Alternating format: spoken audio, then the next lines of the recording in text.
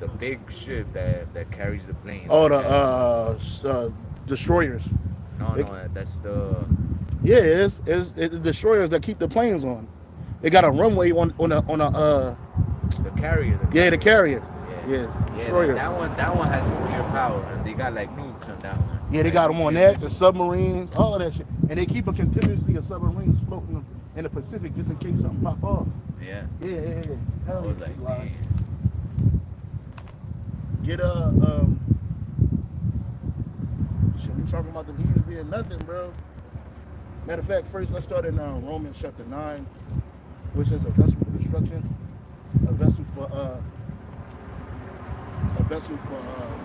wrath, and a vessel for hold on.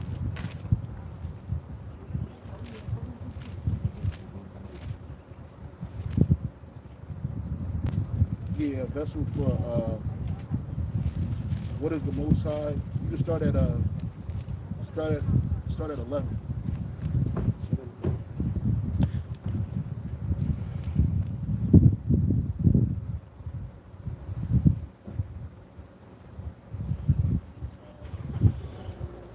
All right, I'll give you the lighter.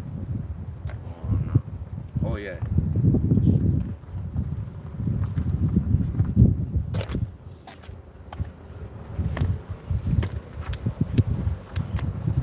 All right.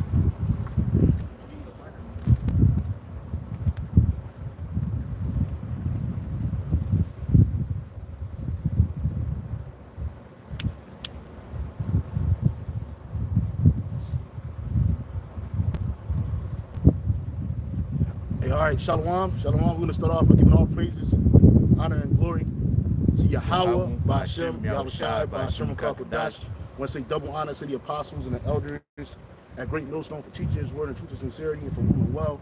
And salutations to our fellow Akim across the four corners of the globe, preaching and prophesying in the name of Yahweh, by Hashem, Yahushai. And we out here another week to water Yahweh, by Hashem, Yahushai. We out here another week to prophesy the downfall and destruction of this place called Babylon the Great. Me and the brother, we was driving the camp. Me and the priest was driving the camp, and we were talking about hatred for these nations, man. You know, because unlike the whole world teaches us, the Heavenly Father hates these nations. They weren't created as vessels of glory, okay?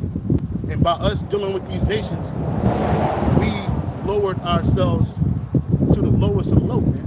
When the Lord set us on high, we lowered ourselves on low. But really, we didn't do it. Yahweh Shai did it. He programmed us to do it.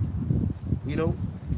But when Yahweh Shai comes back, his only begotten son, he's going to come back to this place and set things in order. And you nations, you're going to learn your place. Okay? Because you weren't created as vessels of glory. You were created as vessels of destruction, chiefly the nation of Edom. Did you find it, bro? Romans, yeah. You got something else? Go ahead. Romans 9 and yep.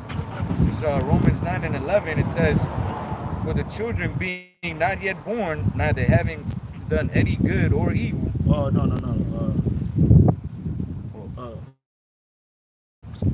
Romans 9 and 17, it says, for the scripture saith unto Pharaoh, even for this same purpose have I raised thee up. Start at 15. Romans 9 and 15. It says, for he saith to Moses, I will have mercy on whom I will have mercy, and I will have compassion on whom I will have compassion. That's right. You know, you got our people, let me get that lighter, brother. You got our people trying to save the white man. Every time we talk about salvation and destruction, salvation for the children of Israel, destruction to Babylon the Great, which is America, destruction to these nations and their world leaders and their armies. Our people quick to run and try to seek some type of mercy for these other nations, man. Especially for Esau. Especially for Esau, man. You get to telling Jake, you know, about ruling over these nations. Oh, what about the white man? Fuck the white man. They don't want to hear that, you know. But the Lord said He's going to have mercy on who He's going to have mercy.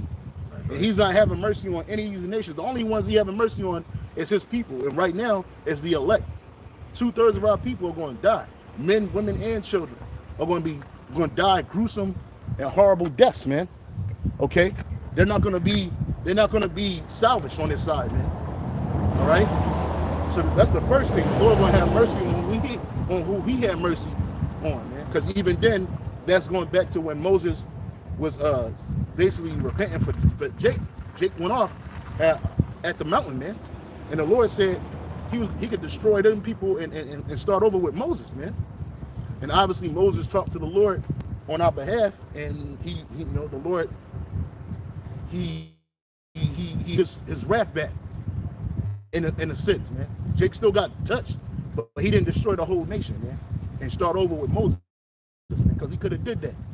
Right. But he remembered the promise he made with our forefathers, Abraham, Isaac, and Jacob, man.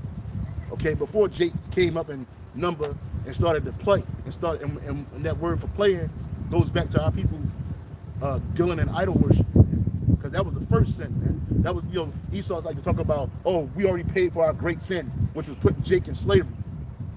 You know, mainly Judah, Benjamin, and Levi, and then and Gad. Or we already, nah, nigga, that wasn't your original sin. Your original sin is that you're the man that sinned, nigga. You know what I'm saying? So why would the Lord have mercy on you? Here it is, the Heavenly Father and His Son hate iniquity, sin and iniquity. You know what I mean? To the level where they would destroy the earth for it. The inhabitants of the earth for it. Why would the Lord have mercy on the so-called like that? Real quick, Isaiah 1:9, it says, except the Lord of hosts had left unto us a very small remnant, we should have been as Sodom, and we should have been like unto Gomorrah. That's right, man. So ultimately, for the elect's sake, man, the Heavenly Father held His wrath since the beginning of times, man. You know, because Jake went off since the beginning, man. And if it wasn't for those special souls that the Lord reserved, you know, from the foundation of the creation, man, hey, all of us would have been finished, man. Because like the elder was going into, the Lord hates iniquity, man. And as we see now, and we've always seen, is that what that the world's always had iniquity, man, and we followed after it, you know. And if it was according to the law that we should have been judged, hey, we would have been finished, man. Yeah, but then is that but that's why the scripture says, but for the elect's sake, which that's the remnant of our people. That's right. For the elect's sake. And it's really the sake of the Lord's name, man. That's right. He's doing all of this for His name's sake, man. Right. And for YAHAWADAH, man, because you know he created all things for Him. Yeah. You know. Back in Romans chapter 9 and verse 16, it says, so then it is not of him that willeth, nor of him that runneth, but of the Most High that showeth mercy. Yeah, so it ain't man. It's not man that showed this mercy. It's not him that's running, but it's Yahawah. And you see that a lot, man. You see Jake being situated. I'll give an example. I was watching this little short video on YouTube about this one guy. He became a cop. He went to the army, became a cop. But before he did that, he was in the streets of New York City selling dope with one of the biggest street criminals, gangs, enterprises that Queens, New York had ever saw. And what led him to do that, they said that he ran down on some dude and he tried to shoot him because he disrespected him, but the gun jammed. And he tried to do it again, and the gun jammed. And then the dude pulled his gun out and shot at him while he was running away, and no bullets hit him. Now, they had set the dude up to where like he was gonna have to go put a nigga to death, and he didn't want to do it. He wasn't built for that shit. And the dude that was with him knew that he wasn't built for that. The guy that was with him said that he was like, man, I hope we don't find this dude, because this man ain't ready for that. He ain't ready to put nobody to death. And like a day after that, dude just disappeared. But what they didn't know was that he had signed up for the army. Nobody in the streets knew, nobody knew. He just jumped in the car, and he said he looked back out the window and said that's his old life. He left his old life. He joined the army, had a career in the army, came home, became a police officer, and then he became a commissioner, bro. This nigga became like, he went from being like a nigga on the street selling dope to being a top cop in New York City, man. To the point where like they had this dude over a police precinct, man. You know what I'm saying? So he was like a low-level commissioner, but yet still, you know, he had his trials. But the point of the matter is that was mercy, because the vast majority of the dudes that he was running with was either dead or in jail, man. either dead or in jail, and then like they found out, Esau found out about his drug dealing past, and they tried to use it against him, man.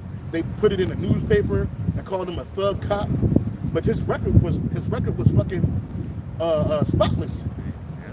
The people that worked underneath of this man, they like working for this dude, man. They were like, yo, this dude is, he's cool. He's a good guy. He's one of the good ones, man. Mind you, just before he turned his life around, the nigga's so dope, and he was open about it. It wasn't like he was on a world tour with it, but he was like, look, man, I know criminals because I used to be one. So that's what made him a better cop. Better judge, than any of the niggas that's around him. You know, he don't know that, but that was the mercy of YAHAWADAH. I mean, he was a cop, so you know he's a Mason, he's into all that other shit, but nonetheless, the Lord could have had that man in the story end when he was in the streets being a nigga. Right? But he didn't. He had mercy. So going back to the mercy of the Lord, that kind of mercy can only come from YAHAWADAH, not no man. You know? Because you know, the scriptures say that man's goings are in the hands of the Lord, man. That's right. So if people think like, oh, you have free will to do whatever and whatnot, like, nah, the Lord chooses your destiny, man. It's like, you know, us, man. We never, I mean, at least I know, I never thought in my mind when I was younger, like, oh, I'm gonna become a man of the Lord. That was the last thing on most of us brothers' minds, man. Yep. You know, but ultimately what? The Spirit moved us to serve YAHAWADAH, man. So again, everything is in the hands of the Lord. Yep. You know, he's gonna deliver who he wants to deliver. Yep. You know, some people don't see the men of the Lord that are out here in the streets preaching worthy of being saved. You know, because they look at the old ones like, oh yeah, they're bonds, they're, you know, they used to be this and that. You know, you a criminal, you a this, blah blah blah. That's right, but they don't see the change that that we made for the Lord, man. Yep. You know, and now that we refrain from being with them and doing the things that they do, they even look at us worse, like, oh, what the hell? They in a cult, they're fanatics, and this and this and that. You know, so bad if you're in the world, and bad if you're serving the Lord. So yeah, it's saying like, damn if you do, damn if you don't. Yep, that's right. You know, we become the enemy, but we'd rather be your enemy for the namesake of YAHAWADAH. That's right. Because again, that's looking at us as mercy, bro. Because with all that Esau has put us up against, with all the oppression, all the limitations, all the aggression, shit, we grew up in violent places, man. By man's standard, we should have been dead. We should be in the spirit world somewhere, waiting to come back. By their standards, but through the spirit and power of YAHAWADAH, we here, Lord willing, to be saved, man. That's right. You know, and we done been in places where we on the streets with hundreds of thousands of people. We could have died there. Enemy could have sniped us and got away with it, and we did. But through the mercy of the Lord, we was able to persevere, man. We were in places where lots of people. Now we basically out here in the wilderness, man, on a hill, on a hilltop preaching, man. You know. And like the brother was saying, like, we didn't look at ourselves in the past and say, you know what, I'm going to be a man of the Lord. I'm going to wake up, I'm going to be an Israelite. Nah. No, it did not happen like that, brother. I don't know who told you the story, but they lying. We was in the world, just like 2/3 of our people. And then one day in our life, or one point in our life, we heard the voice of the Lord through the voice of the prophets, and then we took heed.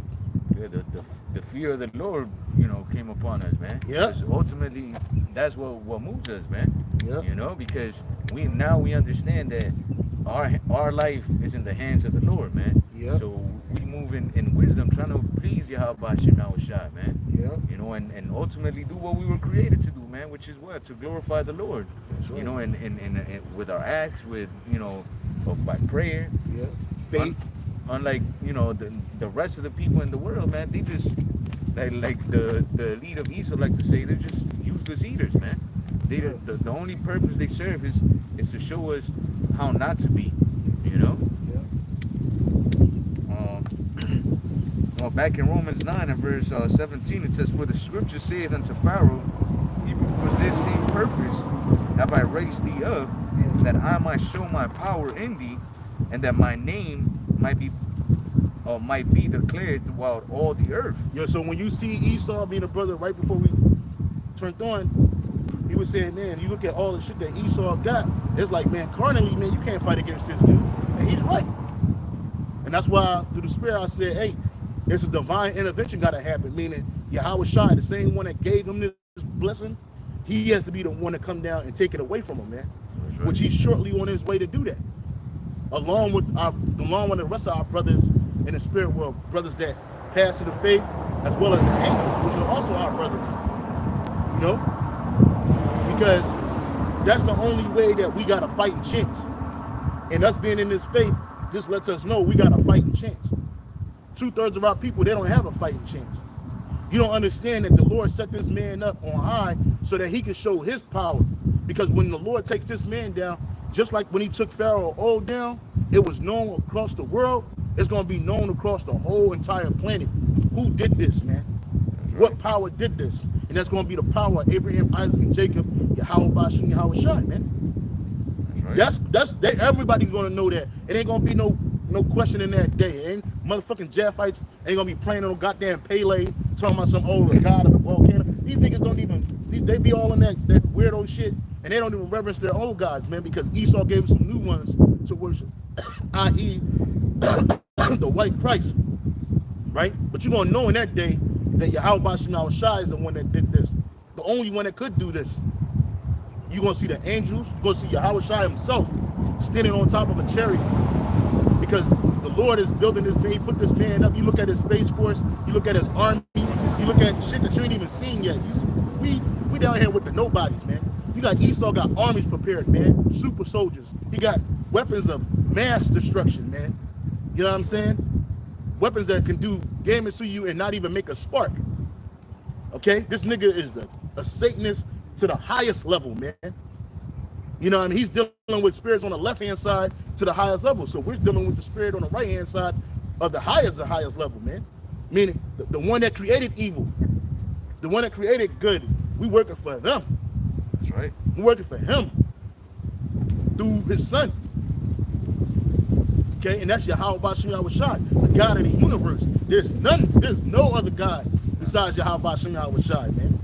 When Yahawashi talking, man, ain't nobody talking about Pele, Jesus Christ, or Allah, or Buddha, or any Hare Krishna. None of that shit is mentioned. And no, matter of fact, ain't nobody talking. When the Lord is speaking, it's quiet, man. It's fucking quiet, because you already know what time it is, man. You got it. Verse 18, Romans 9 and 18, it says, therefore hath he mercy on whom he will have mercy, and whom he will, he hardeneth. Yeah, so hey, the Lord has hardened Esau's heart. Hey, he hardened 2/3 of our people's heart. So they can't get this truth. So they can't be converted. Hey, it's something called somebody beyond help. 2/3 of Israel are beyond help, man. Okay? And he's hardening Esau's heart to make him prouder and prouder and prouder, make him wax bolder and bolder. So when this man goes down, it's gonna be that much harder. Just like Pharaoh old. When that nigga went down after Yahawashi got done with him, Egypt was nothing. Prior to that, Egypt was a world power, man. Like, it was the power. It was the epicenter. People left their nations to come to Egypt for help. People left their nations to come to Egypt for resources, for survival at that time. Not even just on the famine tip. Like, people came there because that was the place to be. Yeah. Just like America.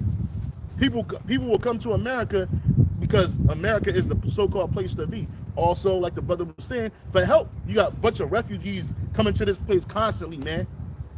Hey, right now, as we speak, you got hundreds of thousands of Northern Kingdom Israelites. Probably got some Southern Kingdom mixed in there too, but it's a lot of Northern Kingdom Israelites, Ecuadorians, Venezuelans, Mexicans, all kinds of people right now, as we speak, marching to come to America, man. Like they going, like they can't stop them all. They were just gonna rush the border. That's not gonna happen. But the point of the matter is that why are they doing that? If this world was a place of love and appreciation and all that other shit that people talk about, why are all them people coming up here in droves, man? Because they're seeking a better life. They're seeking refuge, just like in ancient Egypt. But this place is not going to be a help to you. America is on its way out. Anybody that don't think so, you're an idiot. That's right. You got it, brother. That's why the scriptures say, woe unto them that go into Egypt for help. You know, and just like in the ancient world, you know, Jake coming over here for help, man, not knowing that it's gonna be ultimately for the destruction. You know, thinking about it, man. Jake out there in South America, man, they'll probably be better off than being here, man, because Babylon the Great is guaranteed to be completely annihilated, man. And if you're not part of the elect, man, you're gonna be destroyed in nuclear fire. Yep. You know, and if not in all the, you know, chaos that's gonna be happening prior to that. You know. Yeah, this is Isaiah chapter 30.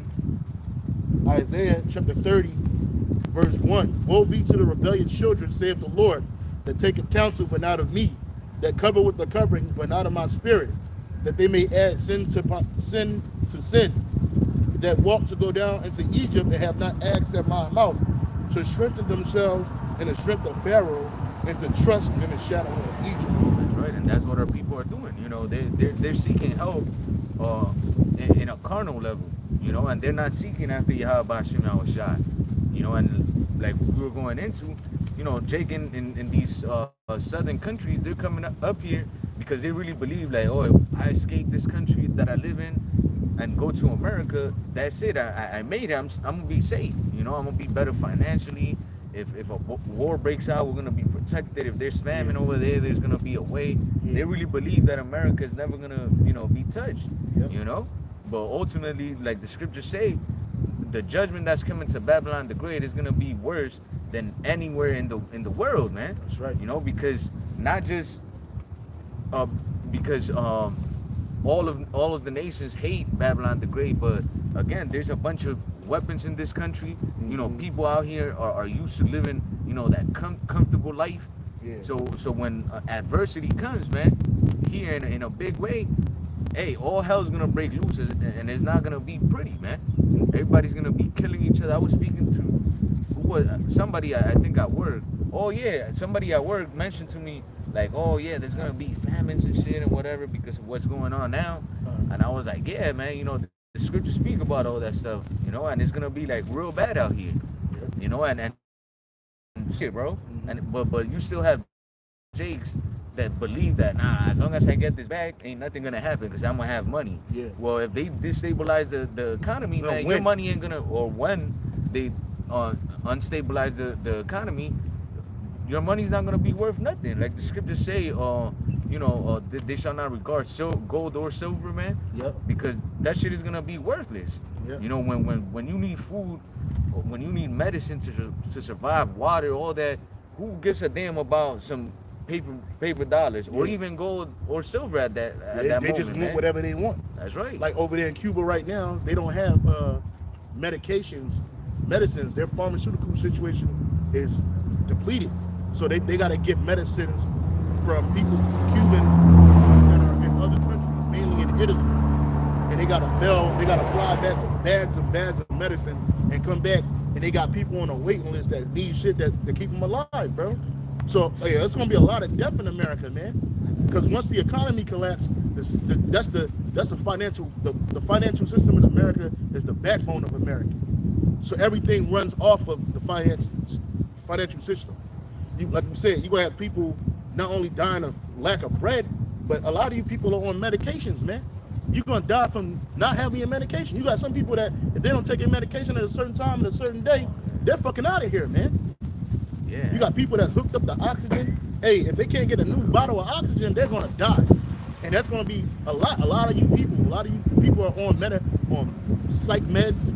I was about to say that shit. No, I was gonna say because one of my neighbors, that bitch is schizophrenic. And there was a period like a couple months ago that the bitch stopped taking her medicines, bro, and she was just going crazy, bro. Like we heard somebody like screaming outside. I thought it was outside. She was in her crib and whatever. But she was saying like, oh yeah, the pastor, saying a bunch of shit about a pastor. He was like, oh yeah, and he came on my toilet and this and like talking crazy, bro. And then the cops came. Somebody called the cops, and my woman was listening because they like right next to us, right? And then the people that lived with her, they were like, oh yeah, just take her away because she's been like refusing to take her meds, and she's been like running around the house screaming naked, like screaming crazy shit and shit. I was like, damn, bro, imagine when like these dudes that like are like psychopaths for real, they can't get those meds anymore, man. These motherfuckers are gonna go out there and start killing people and shit, raping women, all that shit, man. Demons gonna awaken up on them. That's being dulled by these medications, man. Yeah, hey, man, I had a grandmother that was schizophrenic like that, man. She lost her fucking mind, and she would be on that same type of vibration if she stopped taking her meds, man. And you know, and it don't take that long, man. Motherfucker go right into a stupor, and then next thing you know, she just full of demons, man. And the only way that can be helped out is exercise, man. And all these people are full of demons, man. The vast majority of people that you see driving down the street in their cars at 60 mile speeds of 60 miles an hour are fucking demons. It's like a car full of y'all laugh at this car, say a car packed like Mexicans. But people, the average woman that drives down the street, her car is packed full of demons like Mexicans, man. The average man in America, his car is packed full of demons like Mexicans, like Puerto Ricans, man. And when that nigga hop out, all them demons hop right out with it. You might get one to watch the car. You know what I'm saying? So when these people are lacking food and bread and water, the essentials of life, like Elder Bakari did a video today, and it was like a pyramid setting, and on the bottom of it is basically a man's necessity, so food, and then the next one up is shelter. These are the two basic needs of a man, and that's in the scriptures, man. The scriptures teach you what the basics of life is, man. It's food, water, salt, you know, roughly paraphrasing, man. These things that are essential to life, man. Well, Esau's going to have the world by the balls by creating situations where you don't have access to that. Hey, look at the housing market in America is exploding, not in a good way. The house skyrocketing every day, higher. So now people are in a instability of housing, man. There's a huge instability of housing crisis going on right now as we speak. All right, and then on top of that, you got food shortages happening as we speak. Okay, food plants being burned up. These markets are being overrun by Fortune 500 companies who are just basically buying up the market so that you don't have access to it. So that the only way you're going to have access to food, the bare essentials, before you even can think about what you're going to do to go party and hang out, no. The bare essentials in life, you're going to have to go see the white man for that shit. And the only way that you're going to get a taste of it, you know, is through that MOTB. That's right. He's going to have it over your head. He's going to have conditions so bad. And it's the Lord that's putting his spirit on him. That's called hardening his heart. Why these people are going to be crying and yelling out, won't you save us? Please save us. There are children right here. They don't give a fuck. They don't give a fuck. Take your ass to one of them stadiums in your nearest city and get in that long-ass line for that shit. If you don't get that, they ain't gonna help you, man. And then they're gonna push that UBI on you. Well, the only way to get universal basic income is gonna be doing that digital chip. That's right. And it ain't gonna be a lot. It's gonna be just enough for you to come back, man. You nigga women don't think that you're gonna be getting 10 and 20,000 kids, and then you're gonna be, oh, I'm about to get $10,000 in Manaf, bitch. You're gonna get 2,000, and that's what you're gonna use to feed them little bastards. Yeah, just enough to just enough, man. Just enough to barely survive, man. So that you can be in this man's system. And the vast majority of the people are going to be so fucked up and without faith in YAHAWADAH, because their faith is misplaced, going back to Isaiah chapter 30. Hey, you're going to be done up. Let me keep reading real quick. And they're gonna run to it, man. You know, and like you were mentioning all these things that are happening, man. Inflation too is another big thing. Hell yeah. You know, because while all these prices go up, your money's gonna have less buying power, man. They're not giving you people raises. Look at this shit with the gas, man. Gas is going up, and nobody's getting raises, man. Nope. You know, so you spend the same amount of gas that's costing you more money. Yeah. Now it's becoming a serious bill, man. It's your gas, man. Yep. You know, and you're not making more money at your jobs. So when these house prices start going up, the rents, you're gonna have to downgrade like the most you can. Yeah, you know, and some of them gonna be homeless, man. Yeah, a lot of you know, whole families, man. Like remember when we went to the west side? There was people with jobs, man. Sleeping outside in a homeless community, man. Yeah, homeless in Canton, you know. Whole families, bro. Isaiah chapter 30, verse 2, that walk to go down into Egypt and have not asked at my mouth, to strengthen themselves in the strength of Pharaoh, and to trust in the shadow of Egypt. Therefore, all the strength of Pharaoh be your shame, and the trust in the shadow of Egypt your confusion, right? Because they're going to trust this system and it's not really helping them, and they're going to be confused. Like, wait a minute, I took the MOTB. Well, wait a minute, why am I still in a concentration camp? Why am I in the work camp? It's going to be confused because you trust in this man. And it says, therefore shall the strength of Pharaoh be your shame, and the trust of the shadow of Egypt your confusion. For their prince, verse 5, they were all ashamed of a people that could not profit them, nor be in health, nor profit, but shame and also a reproach.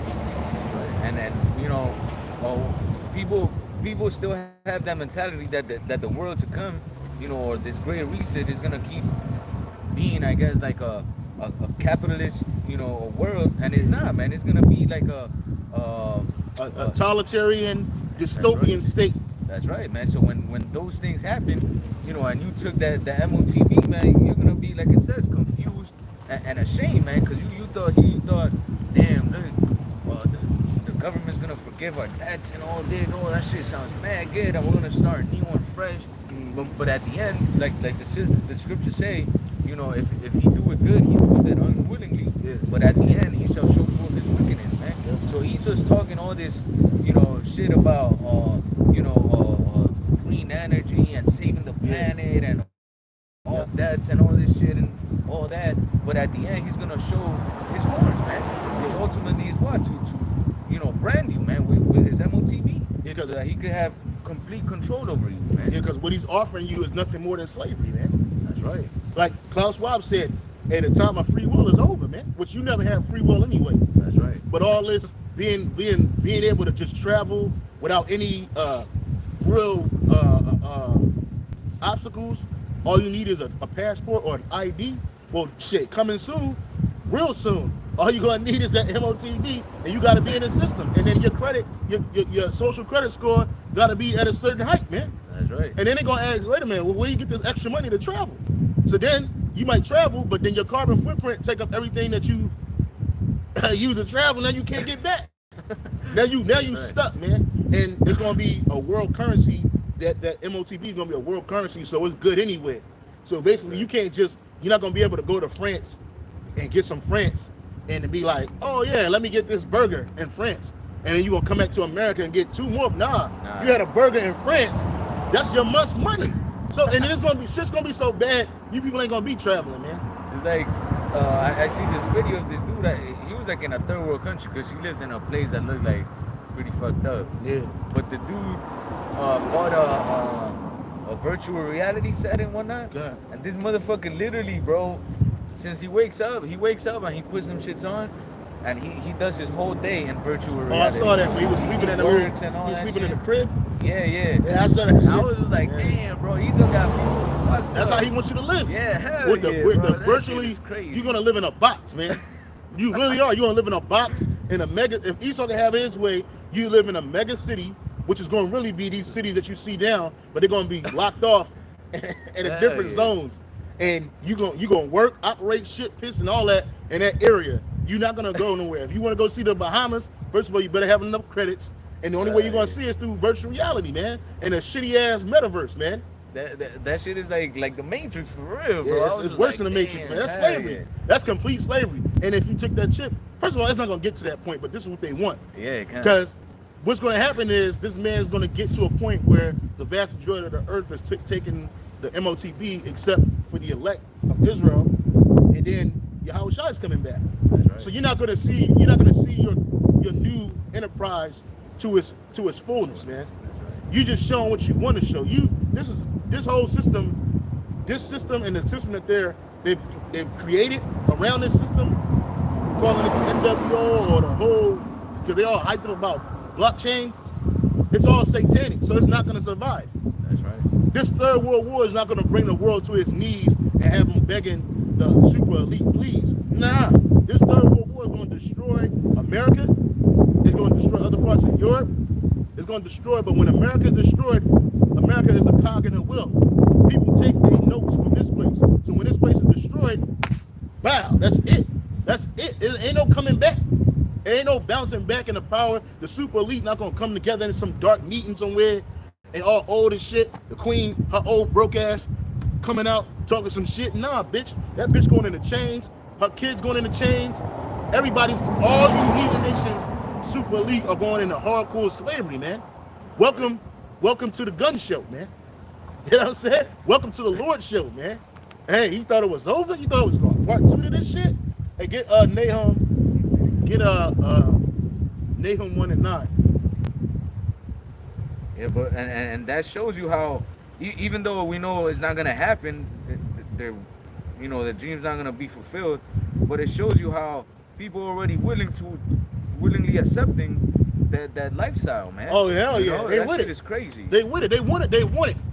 See, like people think that they're gonna get this new chip, and they're gonna be like, oh, all my debt's good, so I ain't gotta worry about my student loan, because a lot of them gonna be happy. Oh, fuck my student loans, fuck it, girl, let's go get it. You know what I'm saying? But you worse off, man. This Mayhem is right. Right before it.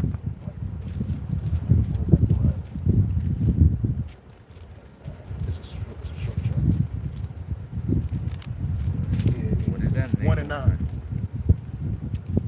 Nahum chapter 1 and verse 9, it says, what do ye imagine against the Lord? Mm-hmm. He will make an utter end. Yeah. Affliction shall not rise a second time. That's right, man. And that great affliction, that's what you, first of all, that's what you nations, starting off with the nation of Edom, you're imagining a vain thing against the Lord because you're doing it against him and his people. You're gonna re-enslave them in hardcore slavery. You're gonna take everything they have. You're gonna control their genes. You're gonna control their spirit. Okay? This is what you imagine. That's a vain thing. The Lord said affliction will not rise a second time. Okay? So you heathen nations, starting off with the nation of Edom, you're not going to put us back in a hardcore slavery. We're not going back into slavery, bro. I mean, we in slavery right now, but we ain't going back into chattel slavery. Like the Elder Apostle Tahar said on the live show. Hey, man, the way Jake is now, these niggas going to fight, man. There ain't no way that you can... You see, like, you got to be smart. And Esau, you're dumb. You're a smart, dumb nigga. Right? Because if you were really if you had any really intelligence, which we already know it was the Spirit of the Lord that made you do the things that you do. But let's say if you thought what you think that you run everything, you should have kept Jake in chattel slavery. Yep. You should have brought up the Northern Kingdom here to America, put them in chattel slavery, and had it laid just like that. No technological advances that we could see or anybody else could see. That's right. That's what you should have did. But you dumb. Because the Lord said, nah, you're going to get 250 years in them hardcore chattel slavery. Let's say 300 years, right? We'll get that. Because we've really been coming here to the Americas since the 1500s. But you got that chattel slavery got real up and running at the 1619. So you should have kept that, but you didn't. Because the Lord didn't want that to be so.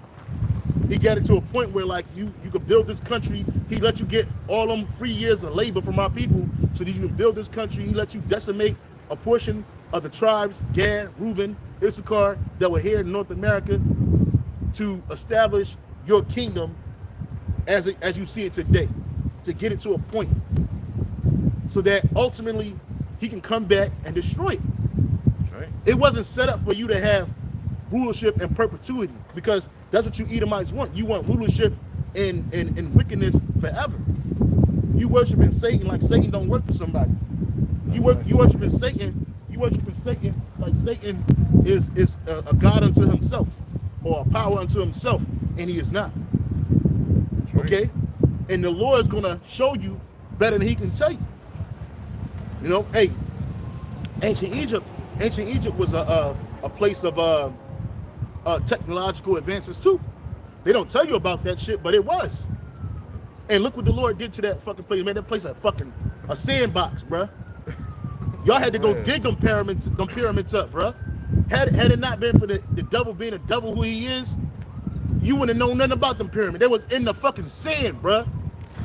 Luxor, Thebes, Memphis, Cairo, that shit was under a big ass fucking pile of sand, bruh.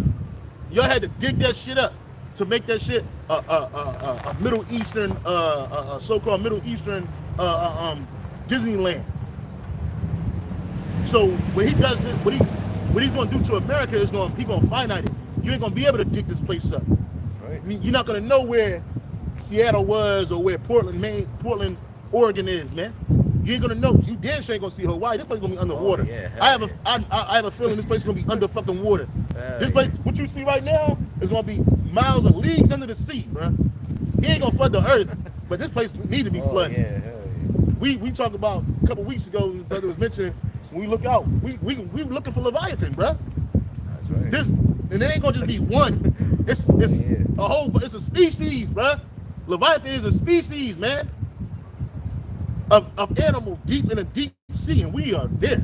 Oh yeah. What we're looking at right now is really the tip of what you're seeing right now. What we're standing on is nothing but tips of mountains, ranges, and the sea. We're on top of a mountain range in the sea. All the Lord got to do is shut this fucker off. Oh yeah. Open that. That's the right back there. What you see right here? It's called Diamond Head. It's a dead. Well, it's so-called dead volcano. Ain't Yahawadah, bro. Ain't nothing dead to Yahawadah. He can light that motherfucker up along with the rest of these motherfucking volcanoes and melt this place, man, and put it under the sea for real, man. That's right, man. And that's what the Lord's gonna do to America. He's gonna make. Can you get another scripture which says the lines of confusion shall be you got to type lines of confusion in the search engine. Because that's what America is built on, lines of confusion. These different state lines, okay, they're nothing but lines of confusion. They were made up by Edomites. Go ahead, brother. How do you say this one? But the cormorant. Isaiah 34 and 11, it says 10. Isaiah 34 and verse 10, it says,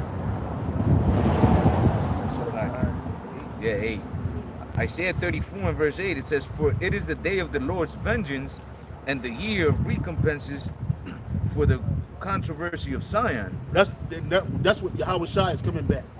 He's not coming back with open arms for all people and acceptance and love. He's not a so-called white man who you think is going to do this. He's not. No. That's the day of the Lord's vengeance, man. He's going to get his vengeance, man. That's right. The Lord is going to avenge 2/3. He's going to put vengeance on 2/3 of his own people. He's going to put massive vengeance on you heathen nations, man. Starting with the nation of Edom. Okay, he's going to be coming from the east. Meaning he's going to pass over the valley of Ham and God. He's going to pass over all them western countries, man. The whole Middle East. And in his wake, he's going to be fucking y'all up, man.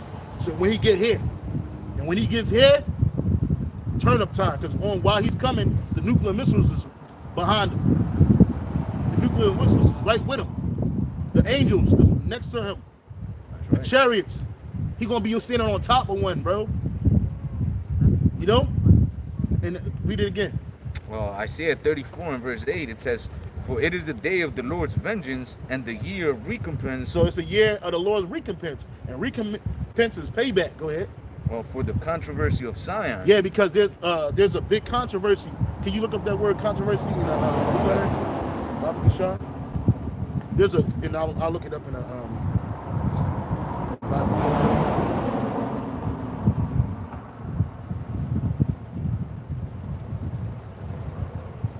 This is the definition for controversy is a disagreement, typically when prolonged, public, and heated. So guess what? The Heavenly Father and His Son, Yahawadah, they're in a disagreement with the Edomites and the people of this world, man. Also, it's a prolonged judgment. There's like the Lord was, like we ain't finished reading, maybe we might go back to it, Romans 9, where the Lord said he was long suffering with the vessels of wrath fitted for destruction, man. That's prolonged, man. Because in our mind, we're like, man, this place should have been destroyed, man. But the wickedness had to get up to a point. When they first came to America, man, their first wickedness is that they killed the Lord's people. In order to get this, they sullied the land with the blood of the Lord's people, man. Then they packed the Lord's people in slave ships and brought them over here and shed their blood and forced them to work the land. Not only in America, but the Caribbean islands. All that shit's gonna be destroyed. But mainly America. America is the key in all of this. Okay? So you're gonna pay for that, man. Go ahead. This is the Hebrew word for recompense.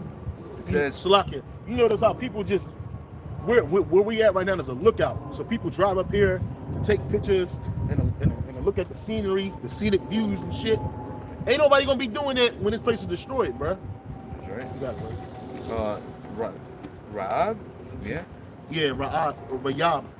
Rayab. Rayab. Yeah. Rayab, the Hebrew word for controversy. It says strife, controversy, dispute, quarrel, case at law, a contest, personal or legal, adversary cause, or chiding, contention, multitude, pleading, strife, and suit. Yeah, so the Yahawadah got a controversy with y'all on his people's behalf. Because right. we're Zion. That's right. Okay? And that Zion to Zion in the Hebrew is that we're a living monument to the Lord. When he looks at our people, he's like, look, man, hey, they're my people. I'm coming back for them. That's my memorial, especially the women. It's like, you know, Jay, you know, talks about reparations and all this and all that. Well, the only one that's gonna come and, you know, truly give us reparations is Yahweh Shemawashah. Because like it says here, you know, so like, let me go back to it real quick. So I came back. It said,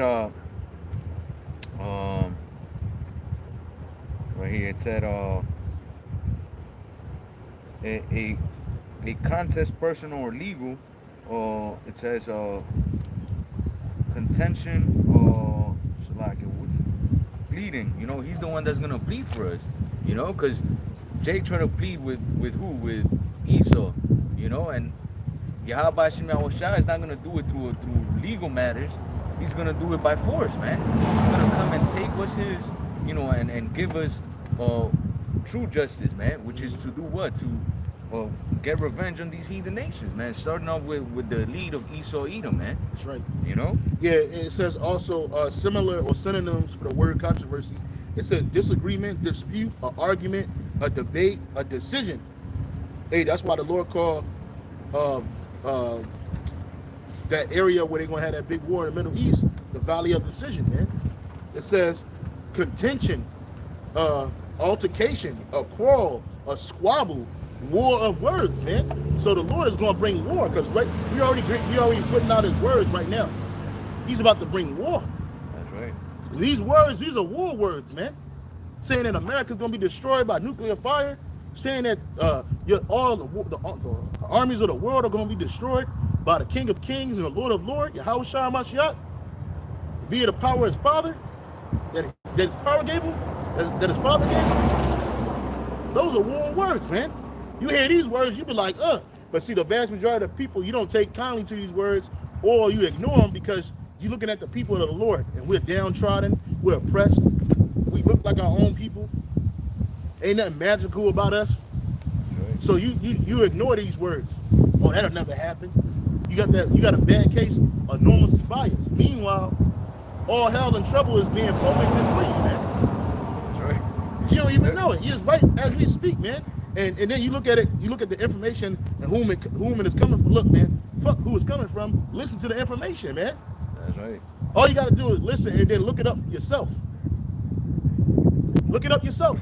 Look at what's going on around you. You see these people out here, they're taking trips and they're doing vacations. This is their last trips and vacations, man. You're gonna have a lot of these groups and these other nations that's over here, they're gonna get stuck.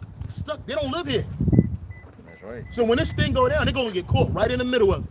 Not just them, all you other people that's traveling to this place, to visit this place and to enjoy what this place got to offer. You people don't know, you're about to be swallowed up, man. And they're gonna be trying to get to their embassies. There's gonna be long lines, people at the gates of the embassy shaking that shit. And your embassy be closed for business. Come back tomorrow. We're indefinitely closed. That's right, man. Because their government's gonna get them up out of here. But you people that ain't part of the plan, you're out of here. You're done. You got it, bro. Isaiah 34 and 9, It says, and the streams thereof shall be turned into pitch, and the dust thereof into brimstone, and the land thereof shall become burning pitch. And that's right, and that's America. All these rivers, all these streams, all of this shit's gonna be turned into dust, pitch, and brimstone with fire. That's right. Nuclear fire. Go ahead. Verse 10, it shall not be quenched night nor day. Yeah, so ain't no water to dampen that fire. That fire is gonna go up and up and up, man. That's right. For a very, very, very, very long time, man. People that don't even live in this country gonna be able to see the fire and the smoke, man. That's how bad it's gonna be, man. America is gonna be set on fire by nuclear missiles, man. And you can't blame us for that. That's the power of YAHAWADAH that allowed you nations to get so proud and emboldened against one another to destroy yourself, man. And these nuclear missiles are not deterrents, man, because now these other nations got nuclear missiles. So they're ready. You can't threaten them no more. And once the threatening stops, once they realize that, listen, man, America just needs to go, that's it. That's right. Even its allies are going to shoot missiles on this place, man. And they give you these inept leaders, or they act inept. Okay, they're doing a good job of acting like they don't know what the fuck's going on, like they senile. But it's really showing you that, hey, you people, they don't even believe in you people enough to even give you a leader that's fit to lead, man. And not even Trump, because that nigga was shitting on himself, man. They said that nigga wore Pampers, man. Even that nigga Joe Biden said, I just shit on myself. Yeah, I just shit on myself, man. This nigga was riding his bike over the weekend, man, and fucking fell off, man. You know what I'm saying? It's over, man. The ride's over, man. They could have gave you a young, vibrant. They could have gave you a young, vibrant leader. Yeah. Somebody in their 30s or something. You know what I mean? Even though that job is so wicked, and they're dealing with so many high-level demons and warlock demons on them, that the warlocks, they get old quick. You know, but they should have gave you somebody that was vibrant. But see, that shows you where America's at. America's old and played out, man. You got it, bro. It says, verse 9, and the streams, also like in verse 10, Isaiah 34 and 10, it shall not be quenched night nor day, the smoke thereof shall go up forever from generation to generation. Yeah, so people are going to be born and dying. Israelites are going to be born, and this place is still going to be lit. And we're going to fly over this place and show our children. Lord, when we part of the elect, man. Hey, man, see that's Babylon. Because you're not going to be able to come here. That's right. We're not going to be walking on the ground. We're not going to this is going to be the place of every, well, once the fire goes out, but it's definitely going to be a place of every unclean bird, hateful bird, and desert creature. It's going, when this place settles down, man. And even then, after that, we're going to fly over this place. We're not going to walk, we're not going to put our feet on this place, man. But we're going to remember what happened. We're going to remember we was here. We're going to remember we was delivered from this place. But this place is going to be a monument to wickedness, to never do that again, man. That this is what the Lord does to places and nations and countries that fight against him and that live wickedly. It says, from generation to generation it shall lie waste, and none shall pass through it forever and ever. Yeah, we just said that. But the cormorant and the bittern shall possess it, the owl also and the raven shall dwell in it, and he shall stretch out upon the lines of confusion and the stones of emptiness. And that's what's going to be. That's exactly what's going to be. This place is going to be the lines of, again, you're not going to be able to find out where New York started and where Connecticut ended, or where Philadelphia was and where New Jersey started. Nah. And this place is going to be mixed and mangled and messed up, man. That's right. Tangled and twisted. Tangled and twisted. The nigga Cash Money, tangled and twisted. That's what the place is going to be, man. Tangled and twisted, man. And the earthquakes is going to be happening. The earth going to reel to and fro. If you can get that one, the earth shall reel to and fro like a drunkard, man. So it's going to be massive earthquakes, man. And with earthquakes come volcanoes, volcanic activity, confusion, rocks falling on top of each other, lands getting twisted, lands coming up from out of the sea. Okay, that's gonna happen too. The Antarctica or whatever the white man call that place, that shit's gonna melt and new land's gonna come up out of there. But you nations, you ain't gonna touch that. That's gonna be ours. You know what I'm saying? The whole earth's gonna be ours. Y'all going into work, and it ain't gonna be no fuckers. You know how they like to paint it like there's gonna be a small communities that's just surviving off the land and shit, and just doing what the hell they want to do. Hell, every human body that's alive, that's ready to go, that's in condition to work. I'm not even gonna say that. Every human that's not fucked up is gonna be working. You're gonna make your way to Israel. I don't know how you're gonna do it. It's gonna be some slave ships, but you ain't gonna be sitting on no island like right now. You can go to islands in the Pacific Isles where they ain't been touched by other outside contact. You got Jaffa down here living crazy, eating each other the fuck up, walking around in loincloth in 2022, man. Nah, Jack, that ass is going to work. Right. You're going to fucking work, man. Every last one of you heathen nations, it ain't going to be not no soul running around here renegade. Oh, this nigga been going for like 20 years, bro. He just been doing this thing. Nah, Jack, because if that's the case, you're going to be caught, grabbed, apprehended, and you're going to have to pay. You're going to have to pay what you owe. Oh, I want to be free. Nigga, you was free for 20 years. No off the grid and shit. No, I ain't no off the grid, nigga. You're going to be on the grid. We're going to know where every human soul is on the earth, man. And if you're not an Israelite, you're going to work. I'm just going to tell you that. If you're not an Israelite, you're going to fucking work, man. That's right. And there's not going to be like Esau with all these cameras and shit. We're going to have that spiritual GPS. Hell yeah. Man. And that's it, man. You're going to be the only one. You know how they show like movies where like it was like after the shit happens and then motherfucker just racing through in his car. Like, it's the only car. Yeah. And this nigga got a Mad Max car handled up and shit. Nah, nigga. Nope. Work to the booty squirt, man. That's right. It ain't gonna be nothing but work. The scripture says we're gonna sever out men of continued employment, man. No days off, except for the Sabbath.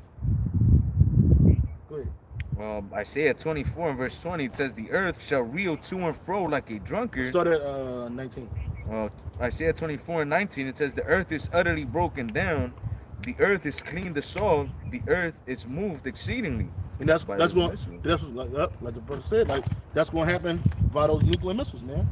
Yeah, and yeah, like you mentioned too, like all those volcanoes, you know, the super volcanoes too, and it's gonna be all over the earth, man, because you have all these, you know, volcanoes, and who knows, maybe Esau hasn't found out all of them, man. But all those things are gonna go off, as well as the nuclear missiles. And man. you got volcanoes under the sea. That be right. going on. I think like last year they claimed that a volcano under the sea went off and fucked up Tonga, man. Oh yeah, can. You know what I'm saying? Y'all don't know what you're in for. Esau hasn't discovered a lot of things, man. Everything that's under the ocean, and even on the earth, man. Look at what happened with Uganda, was it? Yeah, right. That they found the gold mine and shit. Oh yeah, that was Uganda. Yeah, Uganda, man. And Esau's been there for a minute already. Yeah, exploring that country. But now they found that gold mine. Hey, Esau want to put his greasy hands on it, man.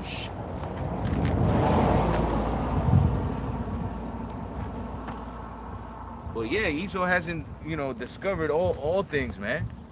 Because the Lord said that, man, that he wasn't gonna be able to, discover the stars and count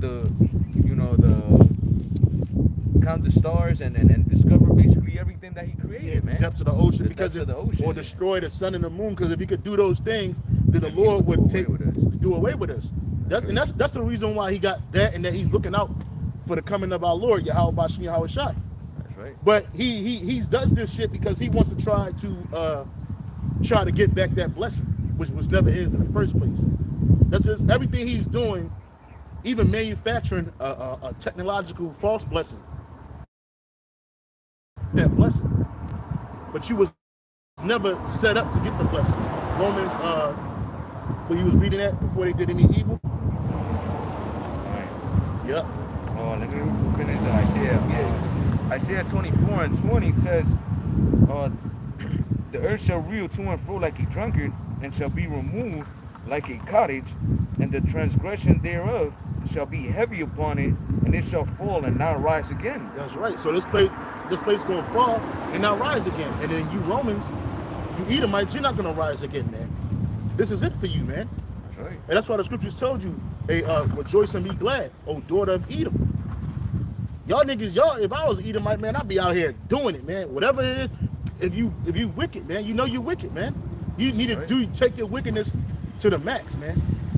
You should not be out here trying to, trying to be good to people, trying to feign yourself to be good to people. No, you should be the wicked that you are, man. Like the super elite are, man.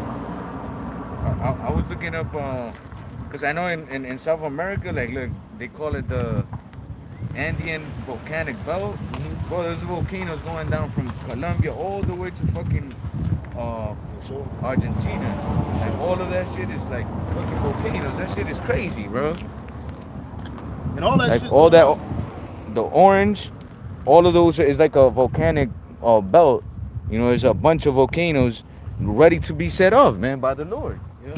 You know, and again, like when those missiles are shot off, even if they don't hit directly South America, man, when they hit Babylon the Great, all that shit's gonna go off. Hey, the earth gonna be rocking to them first. And then all of those volcanoes in Hawaii, everywhere, man. Yep. So it's gonna be bad. It's gonna be the greatest movie ever, bro. Yeah, that's right. Oh, man. man. The greatest ending to a movie ever, man. Because this is Esau's movie, man. When we on part 4, and I say that because you had the Greek Empire, you had the Roman Empire, you had the part 3, the Greek Empire, the Roman Empire, and it's the second leg of Rome. Man. You know what I mean? We tired of this shit, man. Fuck your movie, man. We want to get our movie on, man. Right. And then when our movie starts, man, you can forget about it, man.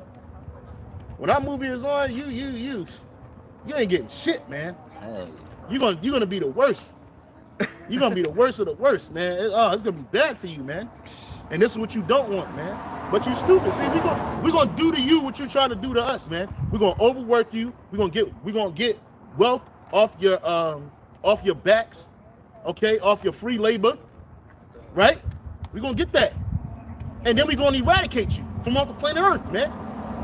Your whole nation. Before you get anything else, get Obadiah 1:18.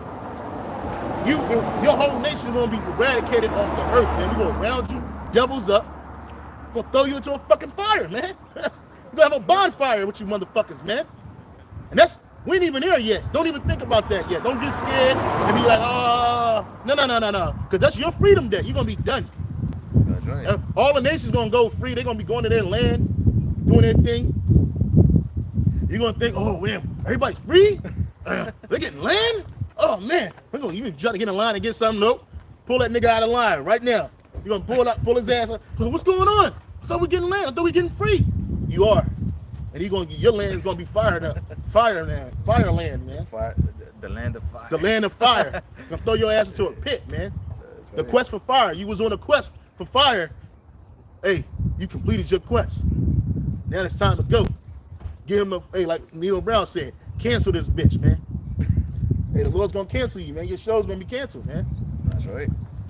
It says Obadiah 1:18. It says, and the house of Jacob shall be a fire, and the house of Joseph a flame, and the house of Esau for stubble, and they shall kindle in them and devour them, and they shall not be any remaining of the house of Esau, for the Lord YAHAWADAH by SHAMAYAWAN has spoken it. And you can't get mad at us. Get mad with the Lord.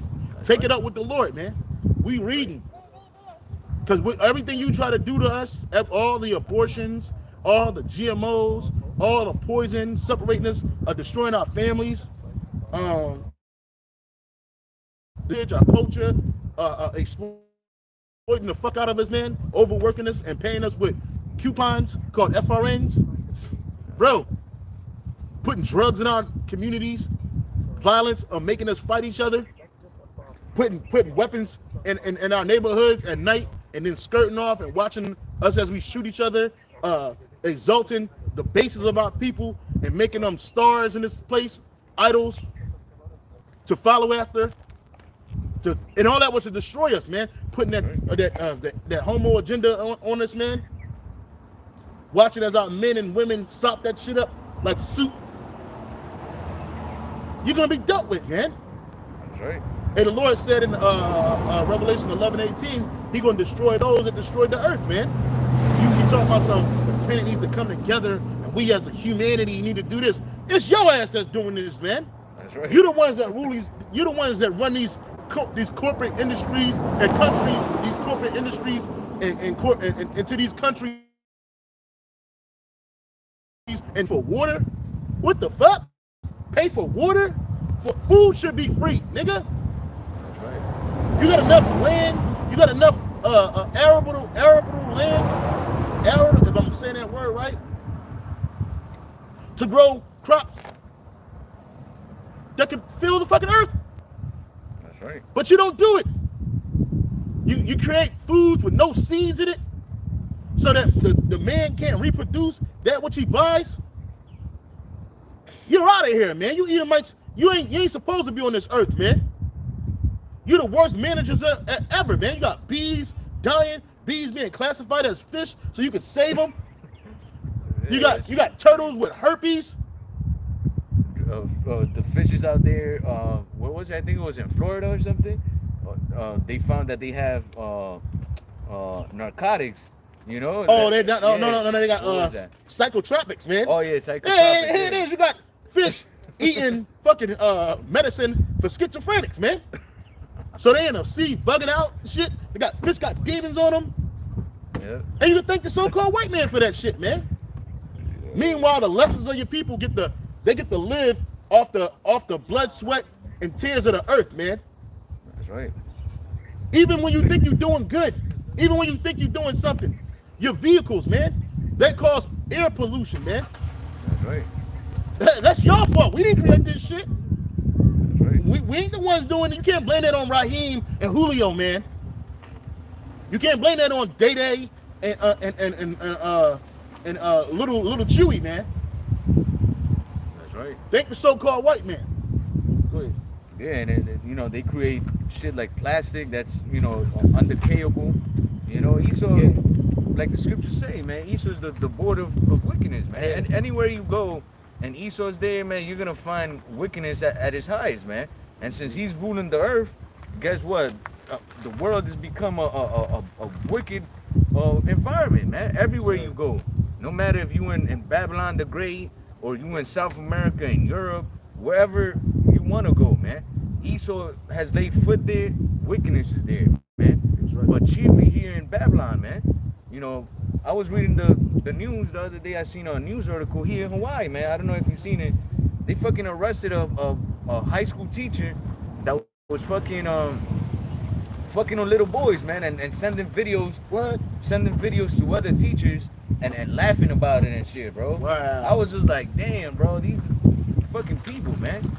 You know, and all that shit is like we're going into. It's against YAHAWADAH, man. And it happens because of why? Because of the leaders of this fucking earth, man. You know? They dumb, man. Hell the yeah, wicked, man. man. As the scripture says, when the wicked bear rule, the people mourn. Yeah, and the justice to them is, oh yeah, we're gonna put this dude in jail.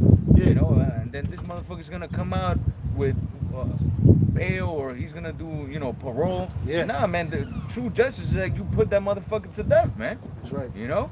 But in this earth, since Esau's ruling, justice is never gonna be Yeah, served. justice is always, what they call it, justice is always prolonged. That's right. It's not immediate. It's not swift, man. And if you got a certain amount of money and influence in this world, you ain't even got to worry about jail, man. That's You right. ain't got to worry about your names being in the headlines or none of that shit. They'll just make a call, and next thing you know, hey, man, you free to go, man. But what about you free to go, man? I thought out you free to go. You know, meanwhile, a lot of people, man, catch all kinds of hell, man. And a lot of Jake be wrongfully convicted, man. I'm not going to say innocent because none of us are innocent. We all guilty of all the Israelites are guilty of breaking the law, statutes, and commandments of YAHAWADAH. Right. But nonetheless, man, like the brother said, man, judgment don't go forth, man. See, in our kingdom, you ain't gonna have that. That's a death sentence, man.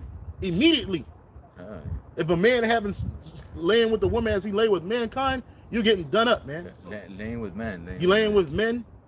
If a man lays with, think water, brother. If a man lay with a man as he lay with womankind, hey, you getting put to death, and that includes a little boy, man. That's right. You destroy that little boy, man. You gotta go. I saw one with his Edomite. They want to use the fact that he's a veteran and he went to war. He tried to use that shit as an excuse to do what he did. This nigga, he got convicted of, he got charged. He got charged with molesting a 14-year-old girl that was in his care, and he got her pregnant. And this devil, he faked his death, and they caught his ass during the pandemic. This nigga was living in a trailer park. You know what I mean? They caught his ass, and the nigga crying, and then he was on the stand, and he said that the 14-year-old girl came on to him, man. He blamed it all on the girl, man. And he got off? No, they gave that nigga 85 years, man. And he went to prison for one of the worst things you can go to prison for, man. Molestation, man. Hey. He got that on his jacket. They gonna get him. Oh, yeah. They gonna get him, man. You got them wild niggas in the jail. The Lord put the spirits on them people in jail, them prisons, man, to fight against pedophiles. Yeah, to fight against them, man. Yeah, man, I hate this place, man. Everybody gotta wear a fucking mask on their face. These gooks, they love that shit. They've been wearing masks on their face forever because they think they look good behind the mask, man. See them buck ass teeth. You know what I'm saying? Behind the mask. Hey, man, that shit is nasty. I can't wait, man. But like Elder Yashawama said, you Edomites, you're gonna get a mask, man. From day one, man. A metal one, bro. You're not gonna be able to taste nothing. Smell what? You're gonna smell your fucking filth. That's what you're gonna smell, man. You ain't gonna be around none of us either, yo. Hell yeah. You ain't gonna be around none of us, man. We talk about breaking you off, what you gonna do, but you gonna barely see one of us, man. You're gonna be seeing them heathens doing our bidding, man. It's good to be the king. Oh yeah. You want me to go back to Romans? Romans 9? Sure, brother. Yeah. Back in Romans 9 and verse 18, it says, "Therefore hath he mercy on whom he will have mercy, and whom he will he harden it." That's right. That will say then unto me, why doeth he yet find faults? Or who hath resisted his will? Yeah, nobody can resist his will. Not even Esau, man. Go ahead. But nay, but oh man, who art thou that replies against the Most High? And that's what Esau's been doing. That dude, I always forget his name.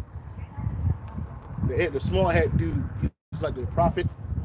Oh yeah. Yeah, that nigga. He said basically that who needs to wait for he said Jesus Christ. He said, who needs to wait for Jesus Christ to come back and give everlasting life? We can hire two people and put them in a lab, and they can do that with no problem. You know? So they totally try to speak against the Lord, man.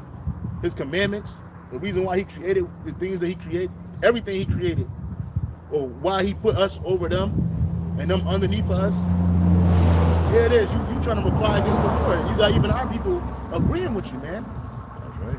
Because of the desperate situation our people are born into, right? Where's God at? Well, I ain't God. Dummy. He's with us, man. But we got to understand the reason why we in that condition is because he put us there. He gave this man power. He's gonna take it back. That's right. You Edomites, you go ahead, brother. It says, shall the thing formed say to him that formed it, why hast thou made me thus? And that's what Esau says. Why he make me this way? I can make myself better. Here, I'm gonna use some hormones and alchemy, and I'm gonna make these alchemists doctors. I'm gonna make these alchemists medical professionals, and they're gonna these medical professionals. They're gonna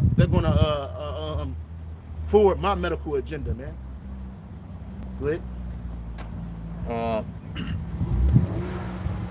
Nay, but O man, who art thou that replies against the Most High?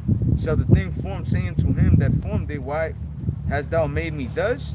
Hath not the potter power over the clay of the same lump to make one vessel unto honor and another unto dishonor? And that's what he did to Esau. the story of Esau and Jacob. Jacob was Esau is the twin brother of Jacob, the fraternal twin, meaning that they didn't look alike, but they came from the same womb, same nutsack, right? He made one for righteousness and one for wickedness. He made Esau for wickedness and Jacob for righteousness, man. That's right.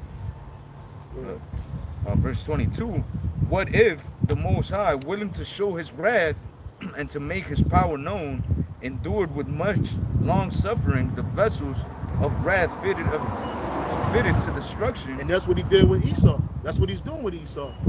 Even though Esau is a vessel fitted for destruction, he's dealing with them long term to make them powerful, man. To make them emboldened, to make them proud. Just like Pharaoh, man. Okay. Pharaoh replied the same way, man. Until he started seeing, even in the sight of all those different plagues, man, this man's heart was still plagued, man. I mean, still proud, man. Why? Because the Lord put that on his spirit, so that he can fight against them, man. That's right. And then when it was all said and done, he gonna send Moses away and tell Moses to pray for him, man. And Moses ain't sent up no prayer for that nigga. And then the Lord put more pride on his heart to where they went and chased after the Israelites, man, and were completely destroyed, man. Somebody else came and took his place, and they was doing their thing over there, man. Go ahead, brother. It says, and that he might make known the riches of his glory unto the vessel of mercy, which he had afore prepared unto glory, Yeah. even us. And that's us.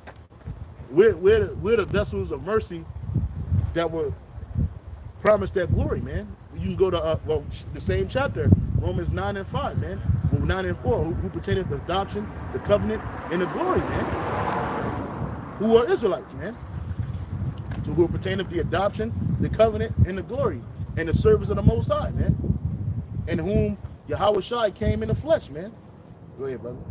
Verse 24, even us whom he hath called, not of the Jews only, but also of the Gentiles. Yeah, and that's not talking about all these different nations. These people don't even, these Gentiles that you see in front of you, they're not even looking for the Lord, man. They're not thinking about the Lord. The only time they even think about something that's remotely concerning the Heavenly Father is when one of their people drag them to church. And they go out, they ain't listening to shit, or they about to drop fucking dead. Those Gentiles were the Israelite foreigners, the Israelites that were being called Gentiles by the Israelites the Israelites that were in a Gentile state of mind. You can go to 2 Corinthians 12 and 1, man.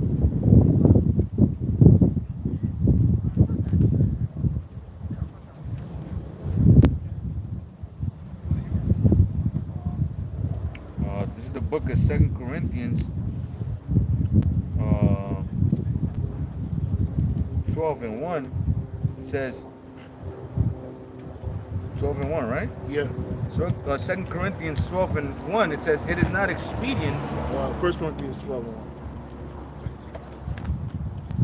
1 Corinthians 12 and verse 1.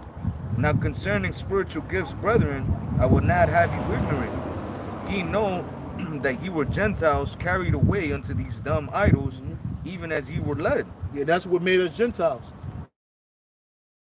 We other nations, and we took on their customs and their nationality as it was our own. That's what made us Gentiles. And then our people grew up in that. And then on top of that, it was forced on our people via Antiochus Epiphanes the Fourth, man. He put that on our people, man. He forced that way of Gentile life on our people by fear of death, man. But a lot of our people are wicked and they followed him anyway. And that Gentile state was a state in the Greek called Hellenin or Hellenistus, man. And our people did that. Just like we were once in a Hellenistic state, man, a Gentile state of mind, man. We was worshiping these idols, Christianity, Islam. A lot of the people on this sign here, if you grew up in America, man, you were into one of those two religions, man. Or any type of offshoot of that shit, man. Now you got Jake into Buddhism. Jake get rich, and then now the nigga wanna feng shui his house, man. Got a big ass statue of Buddha in his fucking house. Heavy D was a Buddhist. Patti LaBelle is a Buddhist. What's that nigga name? Tina Turner is a Buddhist. But in reality, they're really Satanists, man. That's who they worship. But they can't come out and tell you that. That's a part of their secret society. but they're in a Gentile state, and they don't want to wake up. They don't want to be Israelites. They don't want to worship Yahweh, Ba'ashem Yahweh Shai. That's right. I got a quick one too that shows you that, you know, the Lord saw us as heathens because we weren't, you know, seeking after him, man, following his ways. This is 2nd Ezra 2 and verse 31. It says, remember thy children or that sleep, for I shall bring them out of the sides of the earth and show mercy unto them, for I am merciful, saith Yahweh Ba'ashem Yahweh Shai. Embrace thy children until I come and show mercy unto them, before my woe run over, and my grace shall not fail. I, Ezra, received charge of the Lord upon Mount Oreb, that I should go unto Israel, but when I came unto them, they set me at naught and despised the commandment of the Lord. And the point is right here on 34. It says, and therefore I say unto you, all ye heathen, and he's talking to Israel, all ye heathen that hear and understand, look for your shepherd. Yeah, he shall. The natural heathen, they're not looking for no shepherd. They don't have a shepherd. They don't have a shepherd. You know, because the Lord just made them to be the heathen. That's right. You know, it says, "O ye heathen that hear and understand, look for your shepherd. He shall give you everlasting rest, for he is nigh at hand, and shall come in the end of the world." That's right. See, so when Israel is seeking or following after the ways of the heathens, man, they become heathens, man. Yeah. You know, the way they look, the way they act, you know, the idols they worship. So they're compared like unto the heathens, man. And all that goes back to their customs, man. That's right. And that's what our people did. We took on the customs of these other nations and we dropped our customs. And on top of the fact that when we were, you know, holding on to that, to customs, to our customs, it got beat out of us, man. That's right. They beat any remnants of Hebrew out of us, man. They beat the Hebrew out of us, man. But that was the Lord that made them do that, man. And over, like Elder Apostle Tahar was talking about, was Lord willing, me and a brother, this week we're going to go into that, different rebellions in the slavery, man. The ones that were successful, man. But the Lord, Esau, it was over generations that he got our people, because if let Esau tell a story, we were just docile people that was willing to be thrown into slavery and captivity. We were just docile people that didn't have any strength, so we just accepted slavery. No, that ain't the case, man. It was over generations. You beat one generation down, they die, the next generation grow up, and they grow up in subjugation, man. So our people, you got to a point where Jake thought this is how life was. Right. Just even in their spirit, they knew that that wasn't something they wanted. I know we did a lesson some time ago on slave narratives, but you actually had Israelites that were in captivity that were talking about their experience in chattel slavery, man. And one man said if he thought that he was going to be thrown back into chattel slavery again, he'd kill himself, man. Because he even knew that wasn't something that was natural, man. Not for us. That's right. So you heathen nations, you were built to be our. Give me Psalm 52 where it says you're gonna get a heathen. Matter of fact, no. Go to the whole slide. It says the heathen shall be our inheritance. But of the heathens you shall have as bondmen. But of the heathen, I think it's in Leviticus. Because ultimately that's what they were created for. You know, the heathen nations were created to serve the children of Israel, man. You know, so it's in their spirit to be you know, slaves ultimately, man. You know, but Jay, we got a different spirit on us. You know? That's why, you know, I always, when I was in the world, I would see these other nations do like shit that didn't make sense, bro. And it was just like they don't care about the environment. They do crazy shit. And it was like, now that you come to this understanding, you know, it's because they're like unto beasts, you know. And the Lord tells us about that, man. They need guidance. That's why these motherfuckers are eating a bunch of unclean food. You know, they do a bunch of abominable acts, and it's because they're slaves, man, without a master. You know. And we were supposed to be, you know, their masters, man. But since we went off following after them, we became like unto them, man. You know, but through the spirit and power of Yahweh Hashem Yahweh Shai, hey, the Lord's raising back the elect of Israel, man. And to tell our people who we truly are and how we're supposed to be acting, man. Righteously, you know, with a kingly mindset. Because, man, you see, Jake, the 2/3 of our people, man, they completely gone, man. You know, and that's why, you know, the scriptures say that the heathen look at us and they hiss and nag their head at us, man. Saying, is this the city that man called the perfection of beauty? You know? And that's why when we speak, you know, on who the true Israelites are, everybody got something to say, man. Because they know that, damn, if these people are talking, or if what these people are saying is true, man, we're done for, man. Because look at how we treated these people, man. Look at how we came and killed, murdered, raped, stole everything they had. Hey, you know? Can you go to Leviticus chapter 25? Start at 40. Leviticus 25 and 40. Yeah, see what it say.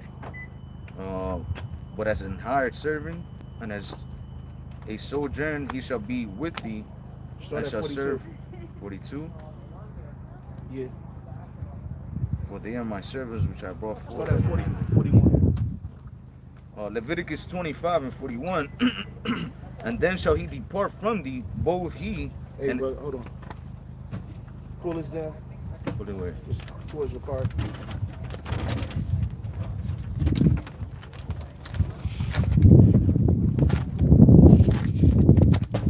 You got to stand next to me, man. I was like, nah. Let me see what you got. 25 and 42. It says, and then shall he depart from me for...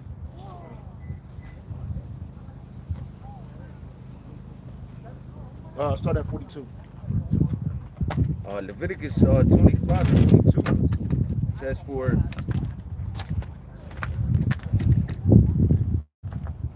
they are my servants which I brought. What? No, it's cool. Ah, shit.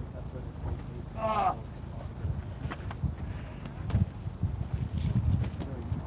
It is Leviticus chapter 25. Leviticus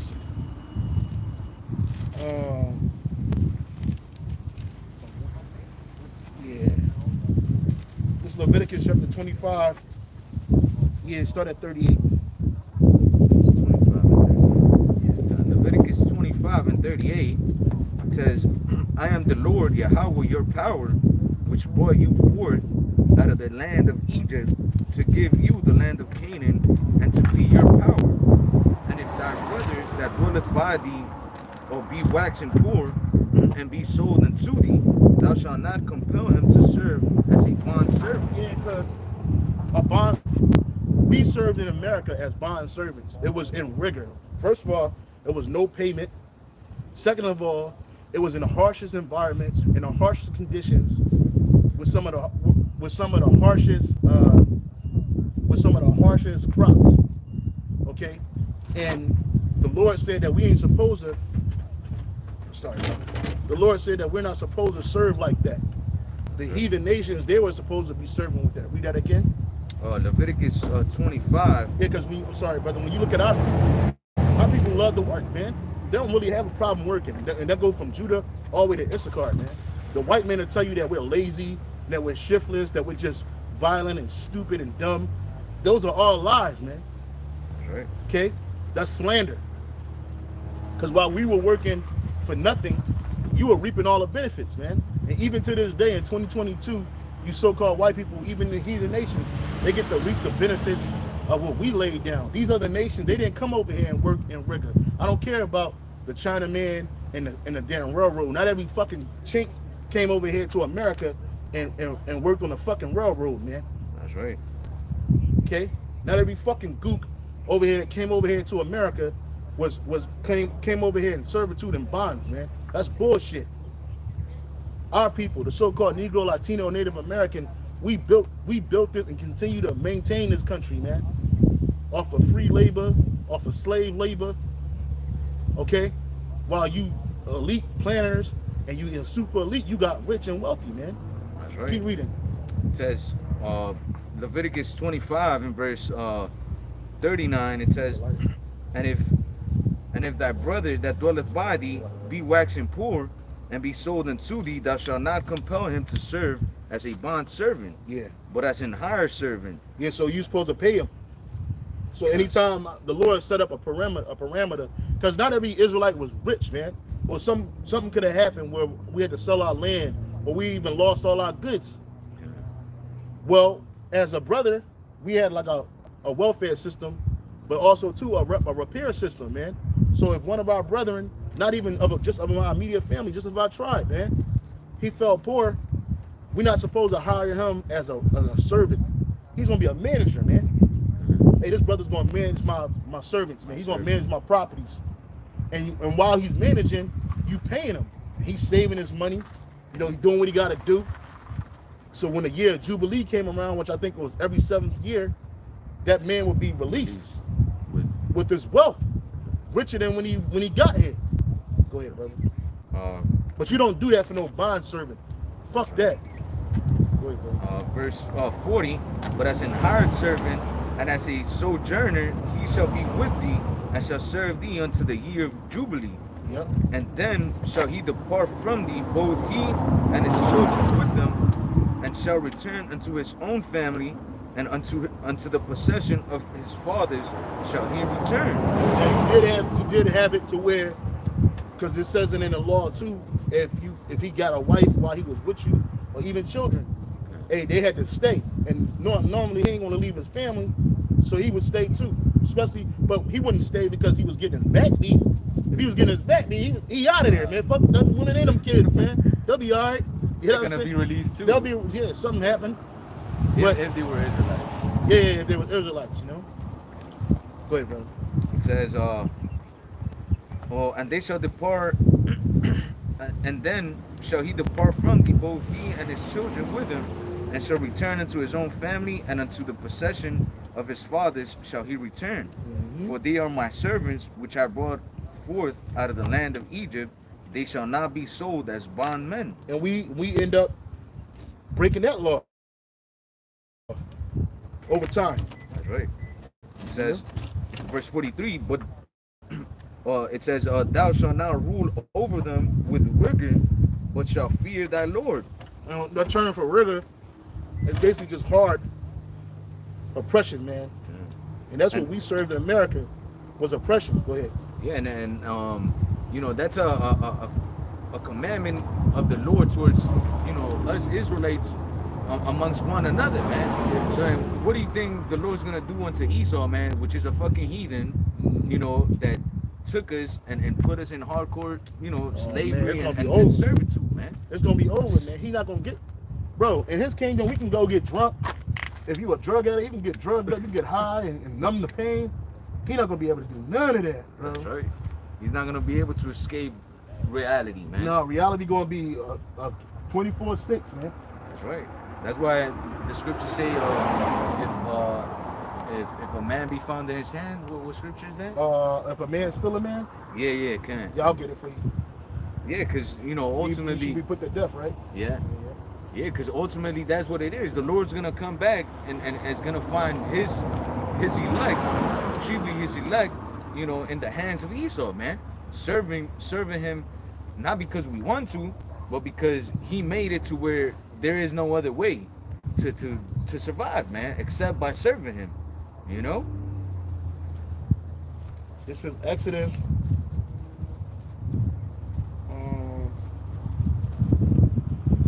Exodus 21:16. It says, and he that stealeth a man and selleth him, or if he be found in his hand, he shall surely be put to death. That's right, and that's, you know, the position that Esau's in. You know, he has the Israelites under his hands, and he's been having us as bondmen and bondwomen, you know, unto him. It says, and he that, yep, it says, yeah, that was it. So, and we're still in this man's hands. We're still found in Esau's hands to this day. We're in this devil's hands. While these nations get to come over here and look at the earth and look at these damn fucking and be a tourist, man, and enjoy it and enjoy it. man. They also looking at prisoners of war. Whenever you see a so-called Latino, so-called Negro, a so-called Native American man, an American man, woman or child, we're the leftovers of the prisoners of war, man. That's right. We're the leftovers of the people that were brought over here and subjugated over here, man. That's right.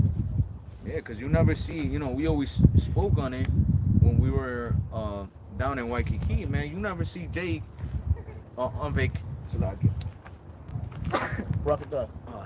You never see Jake on vacation like you see these heathen nations on vacation, man. Yeah, Jake be over here, but they don't be out here buying and selling like these Edomites and these gooks, man. Yeah. When you look, Slocky, you see a Chinese or a Chinese, a Japanese, a Korean, what the fuck did they do to earn all this money where they could go in Hermes and buy big ass bags with no problems? All they buying out Louis Vuitton, big ass bags, bro. I'm talking about bags big as half as the sign right here, man. Walking out of the store with the most audacious bags and items. Now Jake could go up in there, and Jake can even purchase something up in there, man. But not on the level that these Moabites and Ammonites and Edomites and these other nations do. That's right. That's right. They you know, they stay in the best hotels. Yeah. You know, while Jake is trying to find, you know, the cheapest deal, man. Yeah, Jake trying to find it. Jake got to stay with somebody. That's right. In order to find the cheap hotels. Yeah. Yeah. Stay in different hotels. Yeah. Different nights, because, you know, some nights vary in price. Yeah, can't do no events and shit. Fucked up, man. Go ahead, bro. It says, I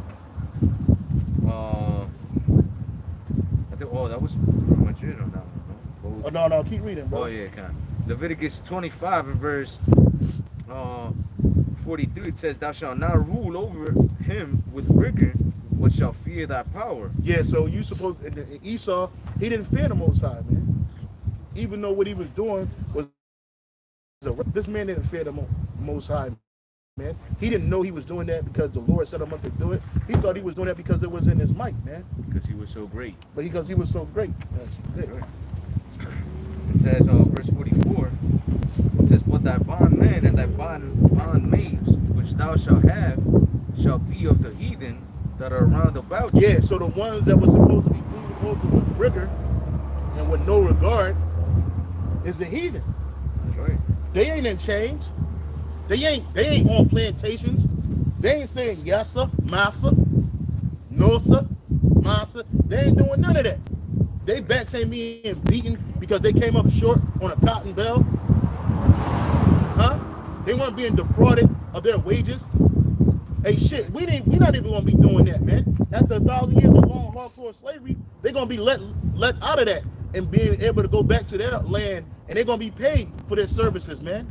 That's before the sun go down, man. Ain't gonna be no fucking 2 weeks to a month. A month, yeah. Taxes being taken out and shit. Weirdo shit. Paid with FRNs, paper coupons. They're gonna get gold and silver, man. That's right. Before the sun go down. So we even in there, we're gonna be dealing with them righteously, man. They've never dealt with us righteously, man. None of these nations, even over here in Hawaii, these people, they didn't deal with the so-called Puerto Ricans that was brought over here for cheap labor. They didn't deal with them righteously, man. And you're gonna pay for that, man. That's why all you nations, you just go up, hey, just get ready, man. Just get ready for it, man. I don't want to hear that denying shit. You know, some of my best friends are black. Some of my best friends are Mexican. I love everybody. No, the fuck you don't. That's right. You don't love nobody. You don't even love yourselves, man. You don't even know what love is. Kick that shit to somebody else, man. And the scripture says that your children was going to seek to please the poor. You can't please us. Ain't no pleasing us, man. That's right. Go ahead. It says, both thy bondmen and bondmaids, which thou shalt have, shall be of the heathen that are round about you. Of them shall ye buy bondmen and bondmaids. But Jake was doing that to each other. He did it to each other as if it wasn't no heathens around to do that shit too, man. That's why we in the condition we in today. Go ahead. Verse 45, moreover, the children of the strangers that do sojourn amongst you, of them shall ye buy, and of their families that are with you, which they beget in your land, and they shall be your possession. So just like we were born in this land, and we became Esau's possession through his bond system. They took the chains off, and they put bonds on us, man. Different types of birth certificates, social security numbers, adhesive contracts. That's right. They got paperwork on every last Israelite that's in this country, man. Just about. And anyone that they don't got paperwork on, they're gonna sacrifice you. They'll use you as a satanic sacrifice, man. A ritual, man. Nobody will be worried about you because ain't no paperwork. You don't exist. You off the books. And that's what they do in the third world countries, man. Yep. They go down there to the poorest neighborhoods, and they take these kids for organ harvesting and all that shit, Yep. man. They do that. They actually have children, or they force people to have children just so they can destroy them. That's right. And then those that come over here so-called illegally, oh man, you don't exist. You're not on nobody's paperwork. So guess what? They're gonna do you in, man. Sex trafficking, satanic sacrifices, ritualistic killings. It's like I don't remember if you saw that movie that I told you about where it was like this rich Edomite family. I saw the trailer for it. Oh yeah, the lady It went worked to for Home them? Depot and Yeah, she had yeah. grabbed up Issachar and Ephraim and she Yeah. had made them basically Slaves. took them captive, man. Yeah. And then I ended up killing all of them. And nobody. Nobody knew because they were illegal and shit. That's right, man. These fucking devils, man. Y'all gonna pay for that shit, bro. Hell fucking yeah. Oh, bro. y'all gonna pay for that. Every last one of you are gonna pay for it, man. Hey, the Lord, when he destroyed Egypt, he didn't just destroy the wealthy of the Egyptians, man. The servants got destroyed too. Their cattle, their children. Right. They all had to pay for that, man. That's right. Verse 46, it says, and ye shall take them as an inheritance for your children after you, to inherit them for a possession. They shall be your bondmen forever. So the Lord said that you nations are going to be our bondmen forever. So even when brothers are wondering, well, what's going to happen after 1,000 years? They still going to be workforce. They're going to be able to have lands. But guess what they're going to work? They've been working for us, man. That's right. For not just the super elite of Israel, but the non-super elite of Israel, man.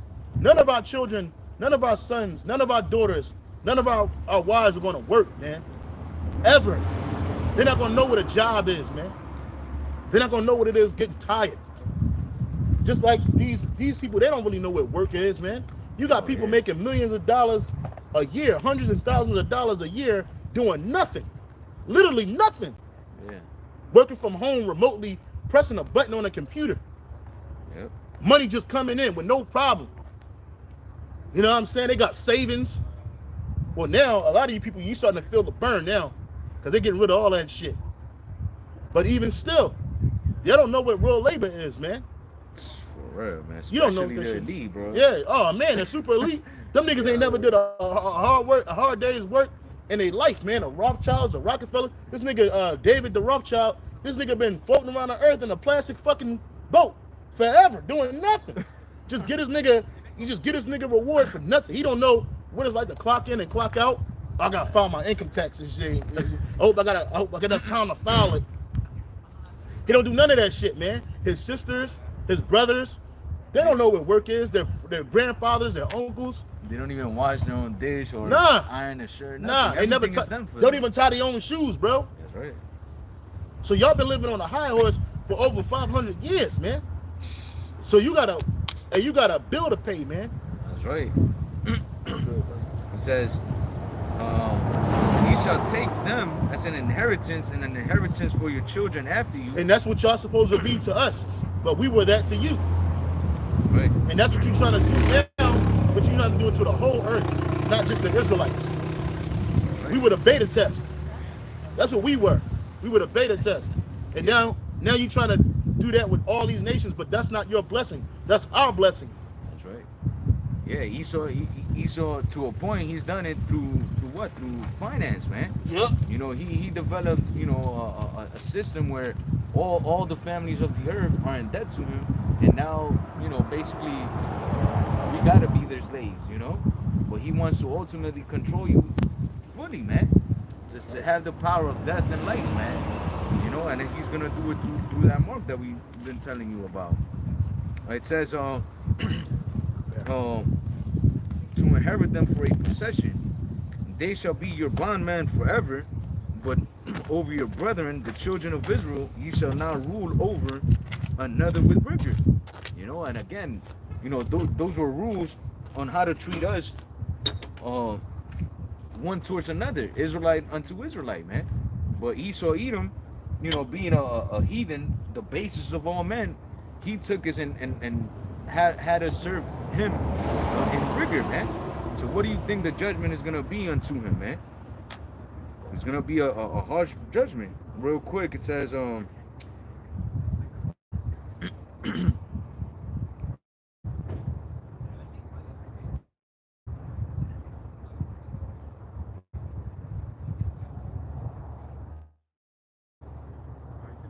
this is the book of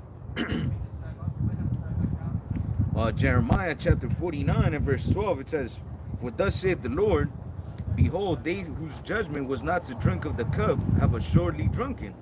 So the nation of Israel, we weren't created to serve slavery, man, to be bondmen and bondwomen unto the heathen nations. But we drank of that cup. Why? Because of our disobedience. It says, and art thou he who shall altogether go unpunished? So are you Edomites, the so-called white man, the so-called white race, are you that race that's gonna go altogether unpunished for what you did unto, especially unto the children of Israel? He's asking that question. It says, thou shalt not go unpunished, but thou shalt surely drink of it, man. So you're gonna get a righteous judgment, which is what? To ultimately receive 1,000 years of hardcore slavery and then be done away with, man. That whole nation of people is gonna be destroyed, man, because they're nothing but evil. If you look at the track record of the so-called white race, man, it's nothing to be proud of, man. It's nothing to admire, you know. Everything but righteousness, nothing but death, killing, murdering, deceit. That's what the white race has brought into the earth, man. Edomite race. The Edomite race, yeah, because that white, yeah. That Edomite race has brought unto the earth, man. And that's why we're in the condition we're in, because they're ruling. Yep. The border, the basis of men, the border of wickedness is ruling the earth. Can you get Malachi 1 and 1 start at the top? This is Malachi 1 and 1. It says, the burden of the word of the Lord to Israel by Malachi. It says, I have loved you, saith the Lord. Yet ye say, wherein hast thou loved us? What was not Esau Jacob's brother, saith the Lord? Yet I loved Jacob, and Esau, and Salakia, and hated Esau. And that was quoted by Paul in Romans chapter 9. You know, our people, you see us in the condition, we grew up in the ghettos, the favelas, just fucked up out here. And you see the heathen, they've been getting up over us for years. Not years, decades, hundreds of years. Because even during the time of Edges, the heathen, they were winning around us, man. And Jake feel like the Heavenly Father hates us, but in reality, the Lord was disciplining us for our iniquities. Okay? And that's the reason why we became low. And it's also part of the curses. He said if we stop following him and we stop following his laws and his commandments, hey, this is a part of their contract. And we're living out the curses, man. So you look at Jake, you like, damn, how's the Lord love us? You see Esau, when it looks like he's winning, you know, but he said he loved us and hated Esau, man. Keep reading. It says, verse 4, it says, whereas Edom saith, we are impoverished. Start at 3 again. Malachi 1 and 3, it says, and I hate Esau and laid his mountains and his heritage waste for the dragons of the wilderness. And that's what he did to, look at Petra. Look at Mount Seir. That shit is nothing. And then that's what he's going to do worse to America, man. Right. He's going to lay this place waste, and it's going to be nothing, man. See, our kingdom that's coming is going to be eternal, man. And we ain't going to have to die to see it, man. Lord, when we part of the elect, we're going to be part of the first fruits. We're going to get them brand new bodies. We're going to come out of them chariots, man, we're going to set it up on the earth, man. Right along with our power, YAHAWADAH, and our king, King David. The King of Kings is YAHAWADAH, and King David is going to be with us. That's right. We're going to set the foundation. We're going to set precedence, man, so that the children that come behind us, man, the 2/3 that die on this side, they're going to inherit everlasting life along with an everlasting kingdom, man. We're gonna establish righteousness upon the earth, man. Exactly, man, and it's going to be a beautiful thing, man, and that's true love, because these nations, they're not receiving that. They're trying to. They're doing it through deception, but they're not going to receive it. That's right. It says, verse 4, whereas Edom saith, we are impoverished, but we will return and build the desolate places. Yeah, and you see that what they did with America. America was a beautiful place, it became desolate, and they were turning to build it. But go ahead. Thus saith the Lord of hosts, they shall build, but I will throw down. They shall build, and the Lord is going to throw down. And even in this time, this so-called modern time, construction is going on all around America.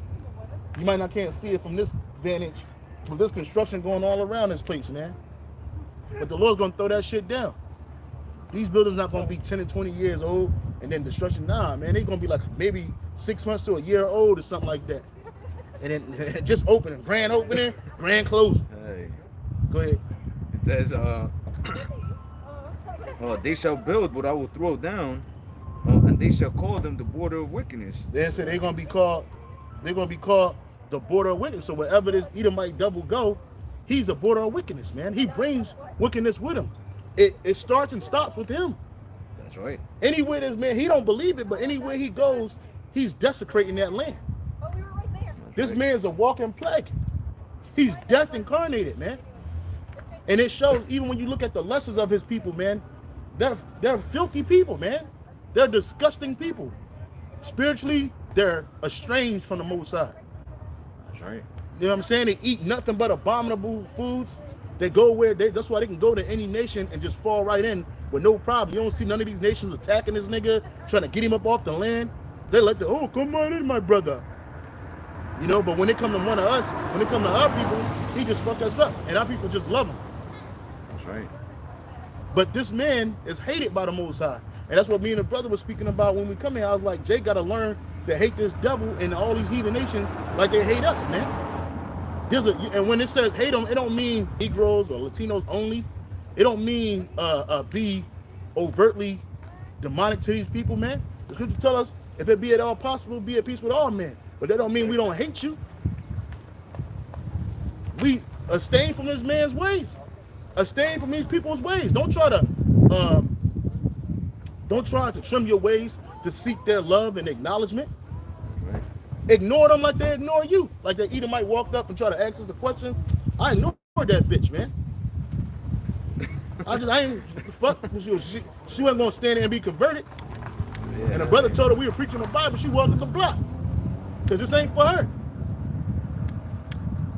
You know, I was telling the brother, you got to start hating people with class, man. Hate them with class, man.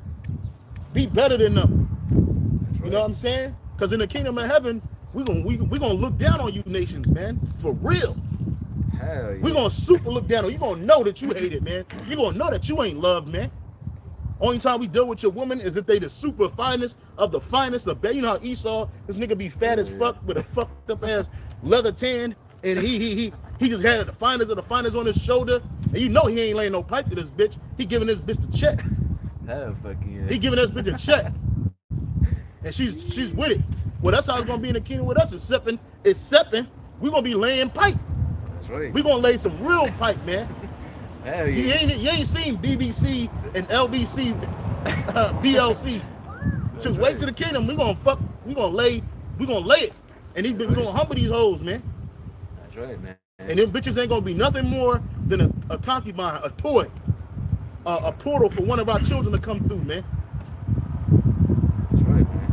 She ain't finna get no covenant agreement with her and her family. Nah, bitch. You gonna get this dick and you gonna get the fuck out. That's right. That's what the fuck's gonna happen. And you gonna love it. That's right. We ain't gonna have to rape you. What? Rape? Them days are over. Or pay you nothing. Them days we ain't paying you shit.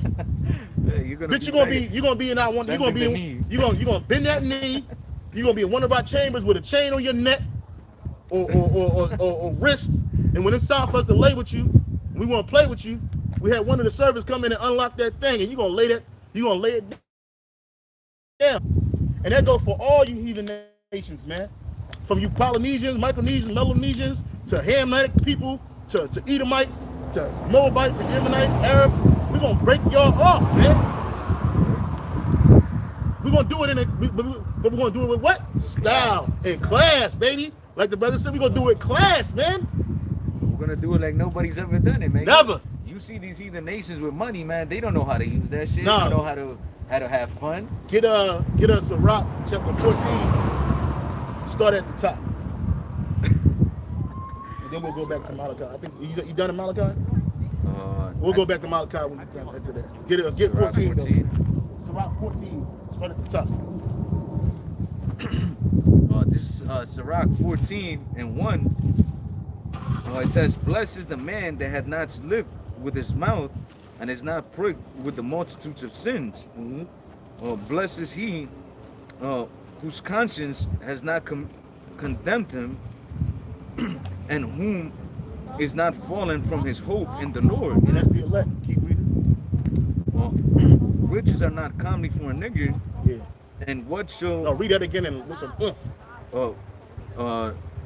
Ecclesiasticus 14:3. Riches are not comely for a nigger. And a nigger is a stingy person. And that's you Edomites, man. That's right. You're the real niggers of the earth, man. And even all the heathens. And all the rest of you heathens. Y'all the niggers, man. Go ahead. And what shall an envious man do with his money? Yeah, what shall an envious man do with his money? Because Esau, hoard it up. Huh?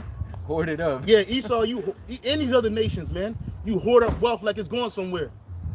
You know? But you're envious of who? You envious of us, man. You wish you can be like us, man. That's right. You wish you had it like we got it, man. Go ahead. It says, verse 4, "He that gathereth by the fraud in his own soul, gathereth for others, and that shall spend his goods riotously." So that's what we're going to do. Now, I'm going to show you that definition for riotously. The definition for riotously. Yeah, because my majority of, of people with money, man, they don't really enjoy that shit, man. Especially, Esau, well, all of the heathens, man. But, and the women are with you. Why? Because you give them a check. Yeah. Not because, oh, you're so fun to be around with. You're knowledgeable. You got so much wisdom. Hell no. Nah. So that word for riotously says is inciting or taking part in a riot or given to mark by unrestrained revelry, man. Loose. So read that portion again. Ecclesiasticus 14:5.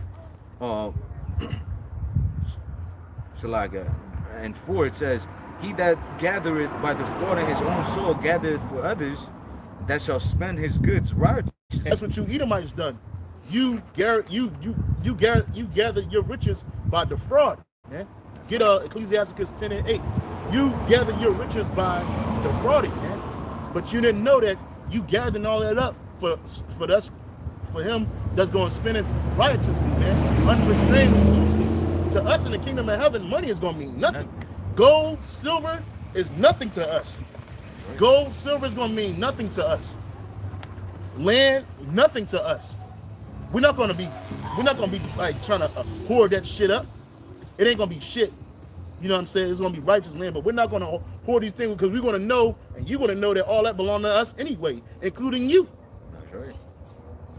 Even when these nations get out of hardcore captivity, money is gonna be nothing to us. Everything gonna be like free to us, like it is to the super elite. Yep. Everything's free to them. You think they paid Louis Vuitton or anybody else for any of that shit? No, they get it for free.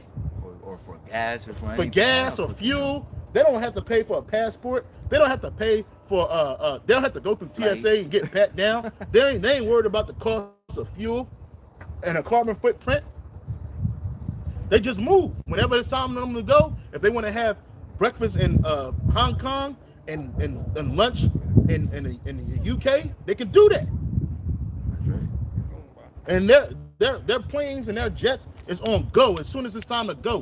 They don't have to make no reservation. They ain't gotta make no schedule. They ain't gotta They ain't got to book a flight. None of that. Hey, I'm leaving. They ain't even got to say gas it up. They ain't even got to use them. I'm leaving. And they already know what time it is. Bags, security is on deck. And they get in there and they ready to go. Well, that's how we going to be. That's right. Our chariot's going to be ready to go. Hey, I'm going. Yeah. I'm going. And just walk off. The brother going to be like, yo. Teleport into We ain't got to walk off. We going to teleport, bro. Hey, brother, you ready to go? And brother Jake ain't going to be like, yo, where? Let me go talk to my woman. Oh, no. Jake going to be like, oh, we out. Like he said, we out, man. We gonna be together. I believe that, bro. I mean, we gonna be tight as we tight now. But in the kingdom, Lord, when we part of the elect, bro, we gonna be super tight, bro. Super tight. I can go to this man's place whenever I want, man. I'm gonna have a palace on his property, man. And likewise, he me. Yeah, my kids gonna be his kids. My daughter's gonna be his daughters, man. His son's gonna be my sons, man. Hey, brother, I'm gonna send my sons coming up there. Oh, no problem, brother. Yeah. No problem. The service gonna be on deck. Right. On deck, hey, because the Hebrew word for uncle is dad. Dad. God. Dad gonna be like dad, Malak. You know, because Abba is the word for dad. Father. That's right, man. Our daughter's gonna be like Shalom. Like even our children on this side are tight, man. I can't miss his daughter, man. They grew up together, man. They were like babies together, bro. Just like he's my only friend. They were each other's only friends, man. They're gonna be reunited in the kingdom, man. Believe that. Like the scriptures say, that daughters shall be nursed by that child. We're gonna get into that too, man, because we talk about this fucking shitty ass, this shithole. We're gonna talk about what we gonna get, man. Keep reading, bro. Ecclesiasticus 10:8, because of unrighteous dealings, injuries, and riches gotten by deceit, the kingdom is translated from one people to another. And that's how this man has gotten his wealth and riches, by deceit. We ain't gonna have to do that, man. We're going to get it by conquering, man. We're going to conquer those that conquered us. We're going to oppress those that oppressed us. That's right. We're going to take what's theirs because it really is ours. The earth was made for our sake. The earth was created for a colony of sons of the Most High, of sons of the power, man. That's right. It wasn't created for the heathen to have a fucking a heathen smorgasbord. It wasn't created to be a heathen playground, man. It was not created for that. This place was not created for the so-called white man and these other nations to just gallivant across it and do what they want to do, man. Where they want to do it and who they want to. No, it was not. The earth was created for the sake of the Israelites, man. The sons of God, man. Yasha Allah, man. That's right.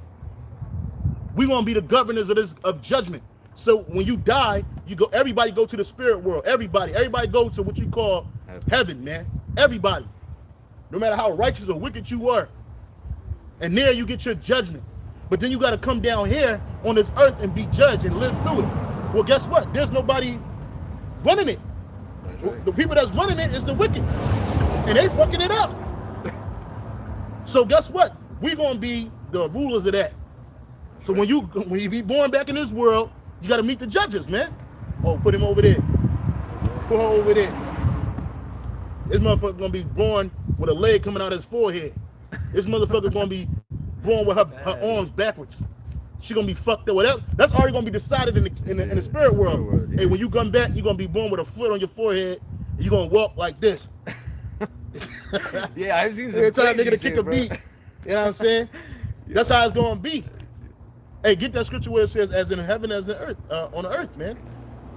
Because see, in the spirit world, the people that matter are the Israelites, man. Right. We matter. We the spirits that matter. These heathen nations, they're nothing in the spirit world. They in a corner somewhere waiting to come back. We the ones chilling. And it's been multiple Edomites that had near-death experience or death experience and came back and said the same thing, man. Now, I remember one time they had this story, this Edomite boy, supposedly he died and went to heaven, and he said Jesus was a nigger. And then he said in heaven, they were the entertainment, man. He said they were playing basketball. Yeah, the Edomites were the entertainment, man. Like we the entertainment down here. Yeah, or that had a vision too of the spirit world that he was telling the Jake woman. I think it was one of the brothers' wife. Yeah, I was just thinking of that same one. Hey, this will be on the same time. Yeah, the brother said his wife is a nurse or something like that, and the Edomite said that in the spirit world he wasn't important, man. Right. He wasn't important in the spirit world, man. He said in the spirit world, he was just nothing. And even an Edomite woman, she was near death. She said the same thing. She said that she wasn't, she was a nobody. She was nothing. Go ahead, brother. This is the book of St. Matthew 6 and 10. Start at 9. It says, after this manner, therefore pray ye, our Father which art in heaven, hallowed be thy name. Thy kingdom come, thy will be done in earth as it is in heaven. Yep. You know, so the kingdom of heaven is going to be what? A mirror of the spiritual realm. Absolutely. You know? And the Most High and his son, Yahawah and his son, and the holy angels on the right-hand side, they are in complete power of that whole thing. And all powers on the right-hand side and the left-hand side bow the knee to Yahawah Bashim Yahawah Shai. That's right. Constantly, man. Praising him. That's what's going to happen on the kingdom and the kingdom of heaven, man. Which is going to be here on earth, man. That's right. We're gonna manage your judgments. Yeah. When while managing it, we're gonna live luxuriously. We're gonna live opulently. We're gonna live righteously, man. While meeting out judgment. And our sons are gonna meet out judgment. And their sons and their sons. And we're gonna live to see all of it, man. That's right. We're gonna live to see all of it. That's how it's gonna, as like the scripture said, as it is in heaven, on earth as it is in heaven, man. On earth as it is in heaven, man. And this is not heaven. You don't see no faggots, no sodomites in the spirit world, man, hanging out, doing what the fuck they want to do, having pride parades, man. You don't have no Edomites calling the shots in the spirit world, man. You don't got no heathens worshiping their idols in the spirit world, man.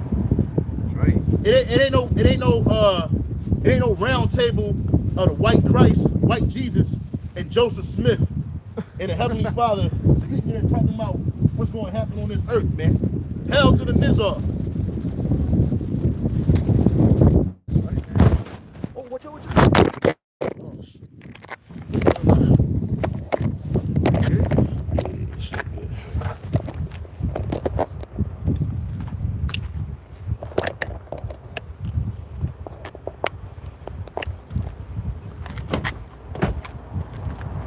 Go ahead and get Isaiah 60.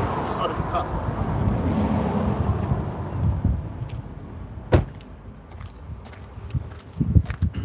It's Isaiah 60 and 1. It says, arise, shine, for the light is come, for thy light is come, and the glory of the Lord is risen upon thee. For behold, the darkness shall cover the earth, and gross darkness the people. And that's what the people are in. They're in gross darkness. The whole earth is in darkness underneath the rulership of the Edomite and even the people, especially our people. 2/3 of our people are in gross darkness. It's complete confusion, man. Go ahead. But the Lord shall arise upon thee, and his glory shall be seen upon thee. And that's what's happening to the hopeful elect. And the Gentiles shall come to thy light, and kings to the brightness of thy rising. And that's what's happening right now. The Israelites that were in a Gentile state of mind and are marked for salvation are coming to this holy light, man. And the kings, they're going to come to us too. That's right. Eventually. Keep reading. Lift up thine eyes round about and see, all they gather themselves together, they come to thee. Thy sons shall come from far, and thy daughters shall be nursed at thy side. That's right. And that's what's going to happen in the kingdom of heaven. Because even when we come out of them chariots, man, we're going to get the rebellious of our people. We're going to smoke them out. And then our sons, those that are, are not rebellious, they're going to be good. That's right. They're going to come in.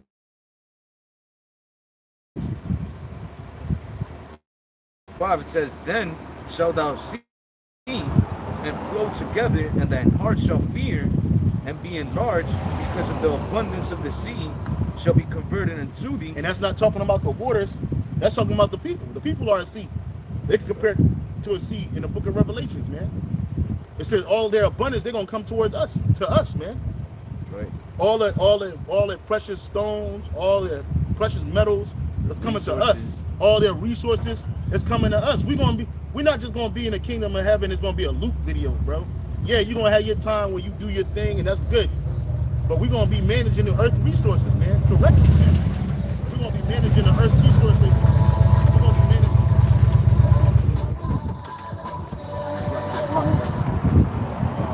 We're gonna be managing. We're gonna be managing the earth resources, man.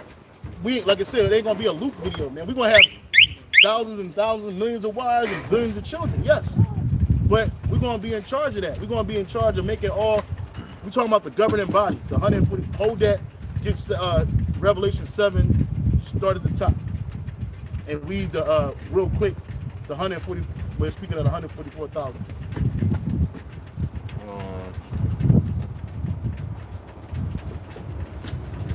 Okay, start at 2.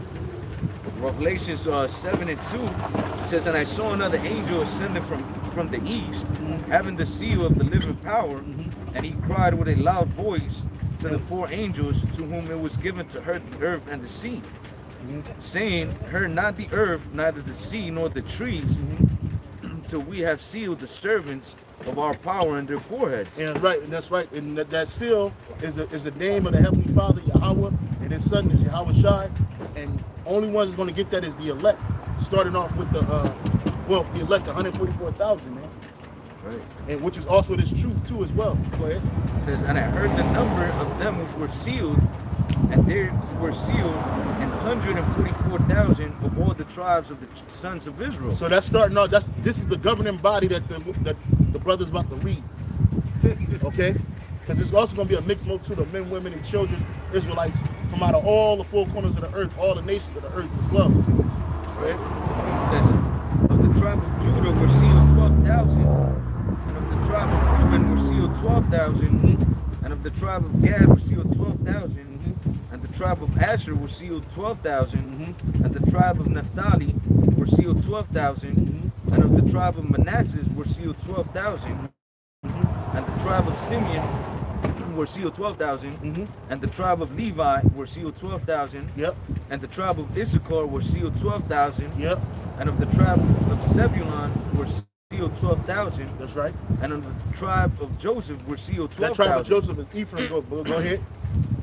And of the tribe of Benjamin were sealed 12,000. That's right. And so the tribe of Benjamin, the so-called West Indian, those people that live in the Caribbean islands, those are Israelites from the tribe of Benjamin. It says, and after, read the rest one? Read the verse 9. And after this I beheld, and lo, a great multitude which no man could number, of all nations and kindreds and people and tongues, stood before the throne and before the Lamb, clothed with white robes and palms in their hands. You know, white robe is righteousness, and no palms represent peace. And cried with go ahead. And cried with a loud voice, saying, salvation to our power, which sitteth upon the throne, and unto the Lamb. And that's Yahawadah. So let's go back to where we was at. Back in Isaiah 60 and verse 5, it says, then, and that's only for the children of Israel, man. That's right. You so-called Negroes, Latinos, Native Americans, and Seminole Indians, those that look and those that go back to us, salvation is for us, not the whole world, not these other nations. It's for us. But though we got our people scattered amongst other nations, that's who salvation is according to the Bible. It's for according to the Bible. Read Romans 1-5 real quick. Romans 1-5? Romans 9, 1-5. I'm sorry, brother. Romans 9, 1-5 real quick. We'll go back to Isaiah 60.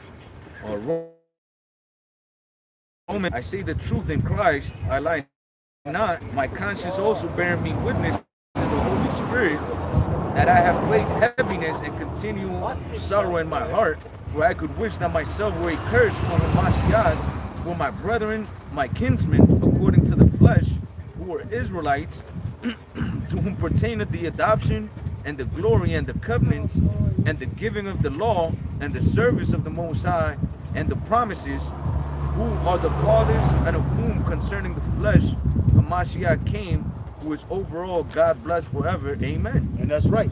So salvation is for us. The promises, the glory, the covenant is for us. And not everybody on this planet is an Israelite. That's right. So let's go back to Isaiah 60, because our kingdom is going to be fresh to life. I'm not even going to say fresh to death, man. Our kingdom is going to be fresh to life, man. People gonna be hearing about what we got going on, and they're gonna come from miles and miles to see it, man. That's in the scriptures too. And the scripture says that it was like 10 of them gonna take hold of 100 gonna take hold of the skirt of the Israelite man, saying, hey, teach us your ways, teach us the ways of YAHAWADAH. They're not doing that to them so-called Israelis over there, them 1948ers, but they're gonna do that for us. Because we're gonna be ruling this world in righteousness. It's nothing but righteousness is gonna be laid out on this earth, man. The way you see the earth today, everybody living how they want to live, all these heathens running around doing what they want to do, pushing this spirit of wickedness, that's not gonna be going on in the kingdom of heaven. There's not gonna be no confusion in the kingdom of heaven between a man and a woman. You go out into a club and you think you're talking to a chick, and it's really a man, and vice versa. That's not gonna happen in the kingdom of heaven, bro. You got people talking about children, little babies. What is like 4 to 8 years old? I think Biden said an 8-year-old could tell you, could change itself. That's off, man. It's not gonna be in the kingdom of heaven. Keep reading. That's right. It says, the multitude of camels shall cover thee, the dromedaries of Midian and Ephraim, all day from Sheba shall come. They shall bring gold and incense. And they ain't talking about these little sticks, man. We're talking about the real resins. Those are real incense, the ones that's worth money. That's right. There's certain incense you can't get on the market, bro. Oh yeah. I was looking at frankincense, and they have a store in Manhattan, over in New York, where it's like the best resins, bro. And that shit is like they bring out the resin in like these special containers and shit. It looks like a luxury fucking shop, bro. I was that's like, real. damn. Can you imagine having not just boatloads, but big cargo of that coming into the city, bro? And how good it's gonna smell? Yeah, I was gonna say that. And they're not even lit. It ain't gonna be lit yet. It's gonna be smelling good. Yep. That's what's gonna be in the kingdom, man. That's right. All those are natural resources. Incense, resin, that's a natural resource. That's right. Hey, what is it called? Green. You just said it. Green myrrh. I think you just. What is it called? Frankincense. Frankincense. Oh, man. Green frankincense is super expensive, bro. Man, you can't get that. That's right. You can't. Yeah, it's really hard to get it, and we're gonna have all of that, man. That's right. Keep reading. It says, they shall bring gold and incense, and they shall show forth the It said they praise shall bring of the gold Lord. and incense, man. So as these kings come with chains on their neck, when they come present themselves amongst us, like the brother said earlier, they're gonna bend the knee, and not just one knee, both knees, head to the floor. All you're gonna see is asses and elbows, man, and the back of heads, man. That's what's gonna be that's what's gonna be when you come in the presence of an Israelite man. That's right. You ain't gotta worry about being in the presence of an Israelite woman. You're not even gonna be able to look at her. That's right. Like now, when it come to our women, anybody can have our women, and they do. You go to Dubai, they do that sick stuff with our women over there for some money. That's not gonna happen in the kingdom of heaven, bruh. Our women gonna be dainty. You're not even gonna see their feet on the ground, bruh. How you see the black woman and the Latin woman in the street fighting each other, rolling around on the ground all dirty, fighting each other. You see the bottom of their feet. What? In the kingdom of heaven, bro, our women gonna be seen and not heard, but they're gonna be seen by their husbands. Right. You other nations ain't gonna dare look at our women. You see how the only man on earth that's gonna be able to deal with all the women of the nations are gonna be Israelite men. These other nations, they're not gonna be dealing with each other like they do down here. Remember, there's not gonna be no confusion, order. That's to deal with the women of the nations. Get that real quick in 1 Kings 10 and 11. I'm sorry, I think it's 10 and 11. It talks about King Solomon's wives. That was a blessing that was given for the kings, man. The average individual couldn't deal with the women of multiple nations, man. They couldn't do that. That was something for the kings, and that was set up so that King Solomon was making covenants with the different nations, because he had to deal with the different resource landscape, for lack of a better term, man. He was basically making, by him marrying those women, they became pawns in the world trade, man. And that's something that's only set up for the kings, man. That's not gonna be like that in the kingdom of heaven, man. Go ahead, bro. No, it's not. That might be 11. 11 and 10? Yeah. No, it says Solomon had many wives.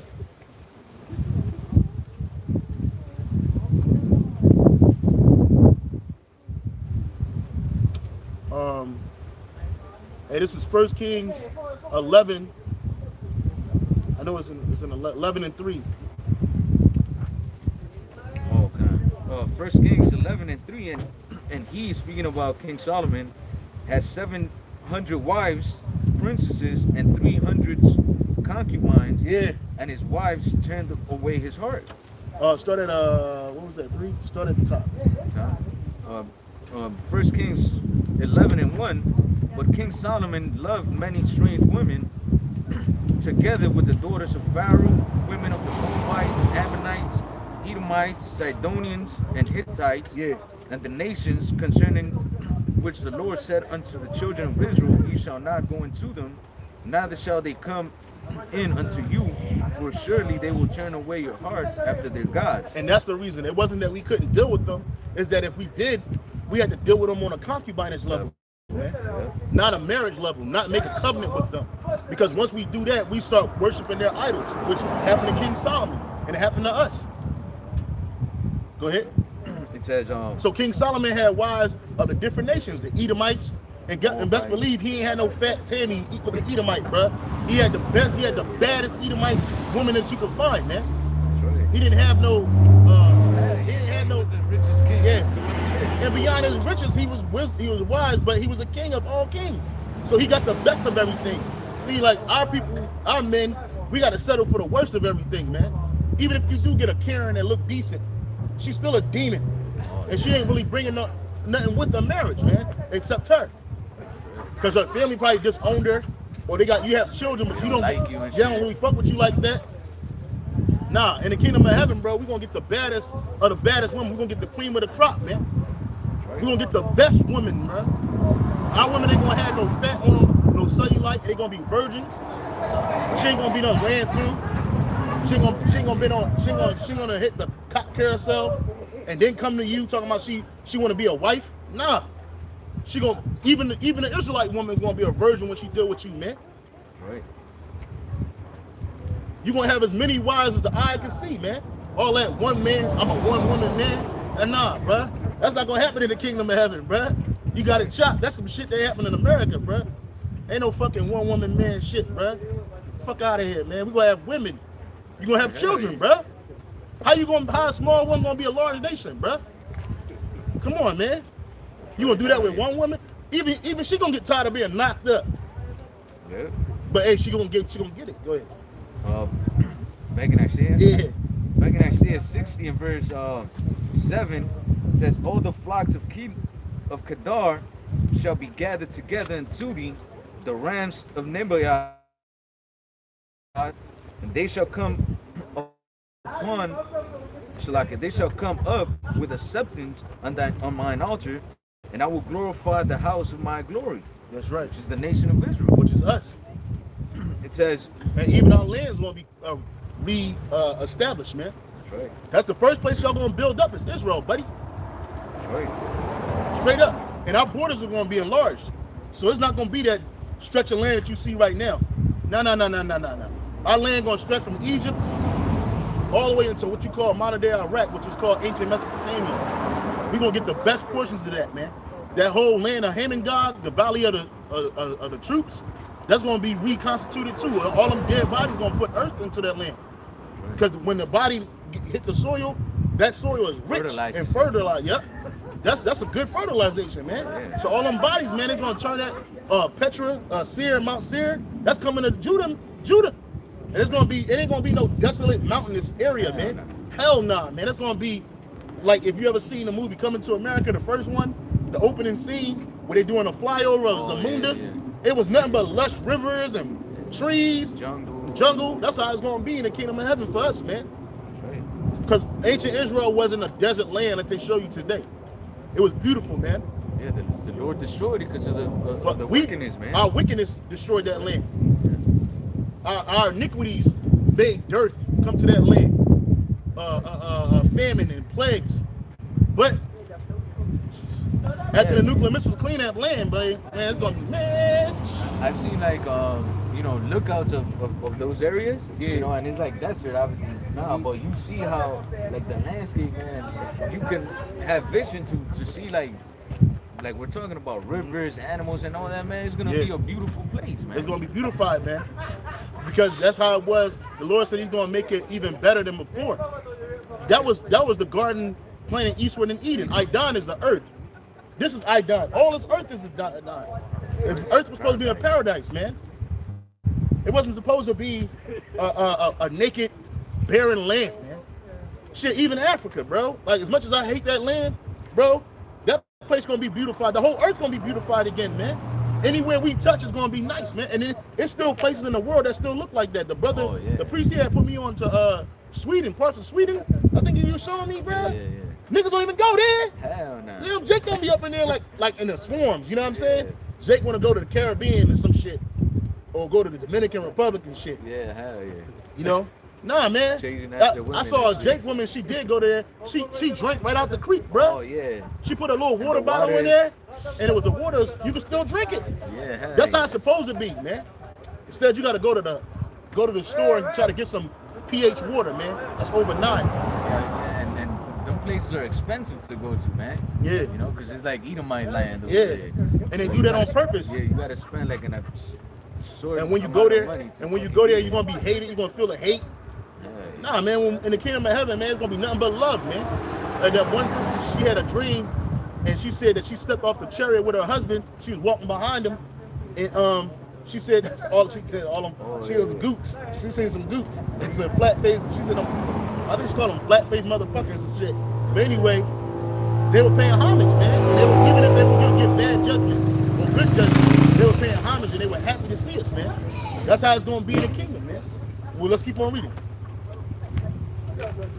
Verse 8, it says, who are these that fly as a cloud and as the doves to their windows? Yeah, because we're gonna have chariots. Every Israelite man gonna have a fleet of his own chariots, man. You can forget about the race, forget about the Rolls Royces and the Ferraris, the bikes. Nah, bruh.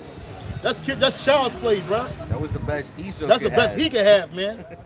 I saw a video recently of a flood happened in Dubai, an underground parking garage, and millions of dollars of cars got fucking destroyed, man, by the water. I was like, man, that another happened in the kingdom. Ain't no chariot gonna get flooded out. What? Nah, bruh. And every Israelite's gonna have a chariot over top of his and her house, man. Her dwellings, man. His dwellings, man. Every Israelite just sit through the skies with, man.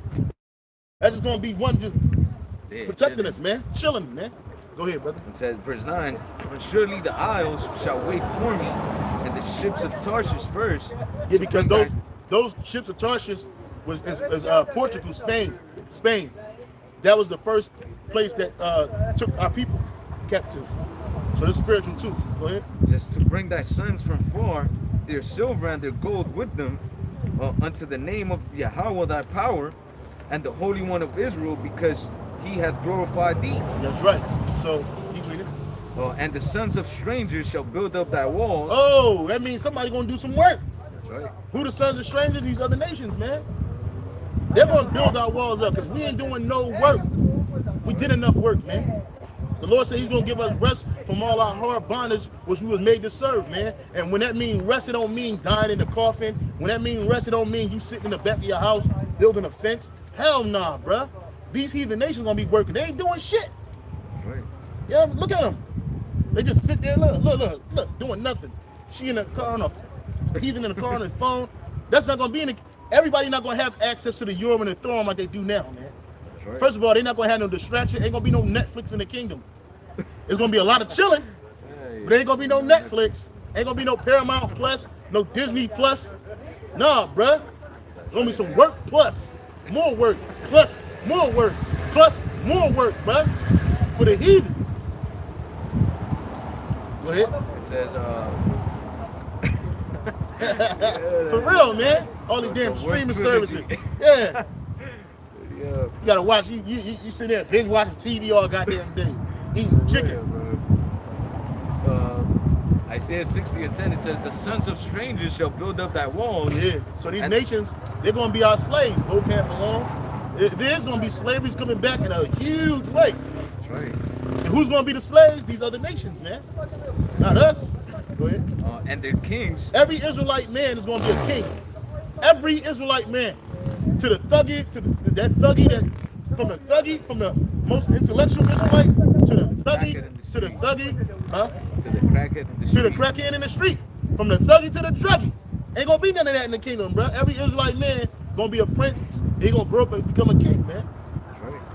It says, and their kings shall minister unto and priests. thee. We're gonna be kings and priests.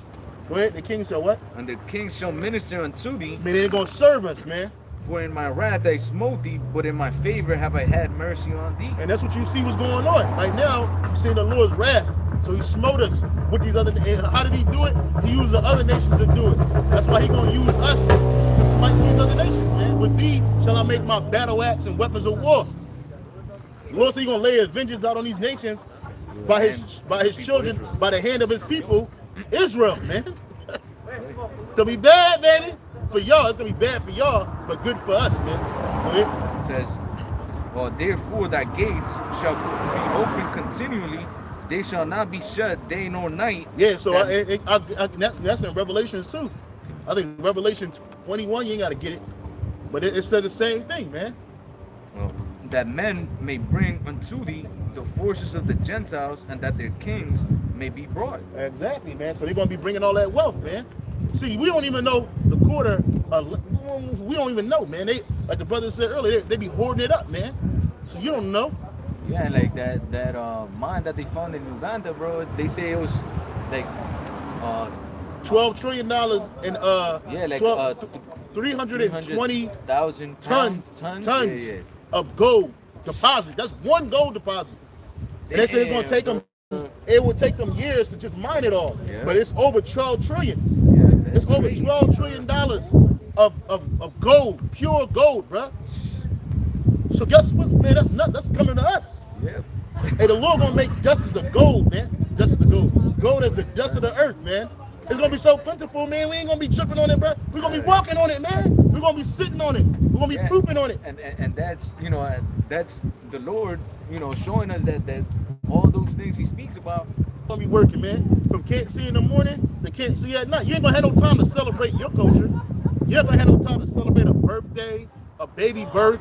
You're not gonna celebrate. You're not gonna be. It ain't gonna be a Sunday where you take off and you're gonna be chilling, even during the Sabbath, man. You're not gonna have to hear the last of these heathens. It's like the more we talk, the more the demons jump on them and they laugh louder and louder, right? That's not gonna happen in the kingdom of heaven, buddy. In the kingdom of heaven, you nations gonna be gainfully employed. Can you get that real quick? They shall sever out men, continue. I'll get it. They shall sever out men, continual employment.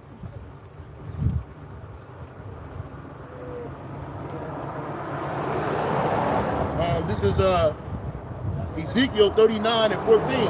And they shall sever out men of continual employment, passing through the land to bury with the passengers those that remain upon the face of the earth, to cleanse it.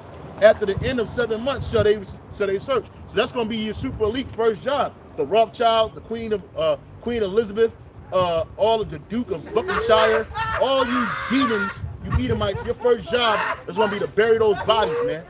That's over there in the Middle East, man. And it's called cleansing the land. And why is it going to cleanse? Because death is an unclean thing, man. That's right. Back in Isaiah 60, where we at? Verse 12, it says, for the nation and kingdom that will not serve thee shall perish, yet those nations shall be utterly wasted. Yeah, so act like you don't want to work for us, act like you don't want to serve us, but you're not going to be able to do, because we're going to be gods on the earth, man. Every Israelite man and woman going to have, and baby, child. We're going to have powers like gods. We're going to be gods on the earth, man. We're going to be able to manipulate the elements. Our children, our babies, going to be able to play with poisonous animals and not get bit. They're going to have complete dominion over all animal species on the planet Earth, man. They're going to bow to our children, man. Like that fear of man was on animal during the time of Noah. But it's going to be on these nations of us. It's going to be on these animals of us, not you. You heathens.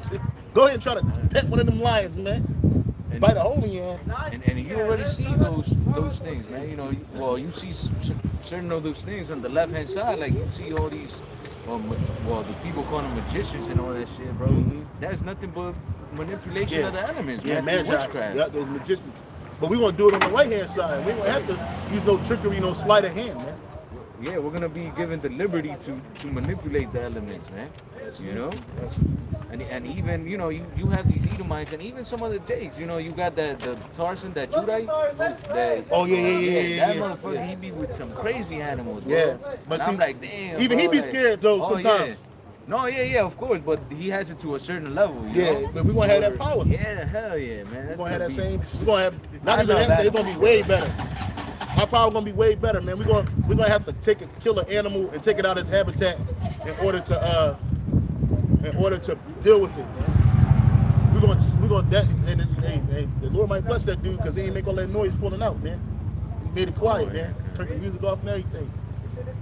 Yeah, but he was cracking up with the multiple wives. Yeah, because she was trying to hear that. He started laughing, but he was probably laughing, and she was just like, oh, she probably did she was hating. Yeah, like, yeah, right. Bitch, you have more than one woman, more than me. Nah, fuck out of here. She was probably like, nah, you. Well, she was cursed with bald head. That was the curse. She had a bald head. Two bald head niggas in the bed together. Nah, Jack. Hey, and our women gonna have their long hair flowing in the kingdom, bro. Hey, the Judite, you see how these other nation women hair be flowing? That shit gonna stop, man.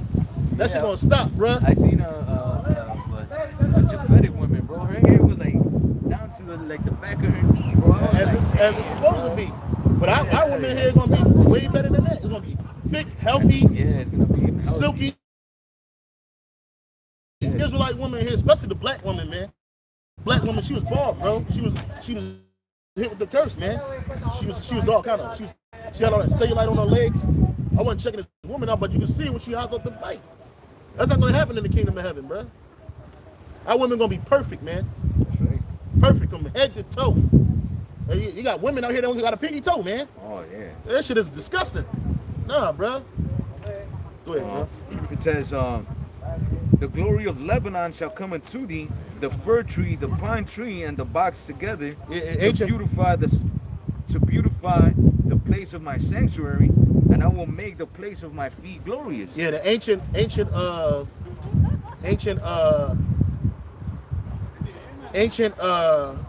Lebanon was beautiful, bro. There, even on their flag is the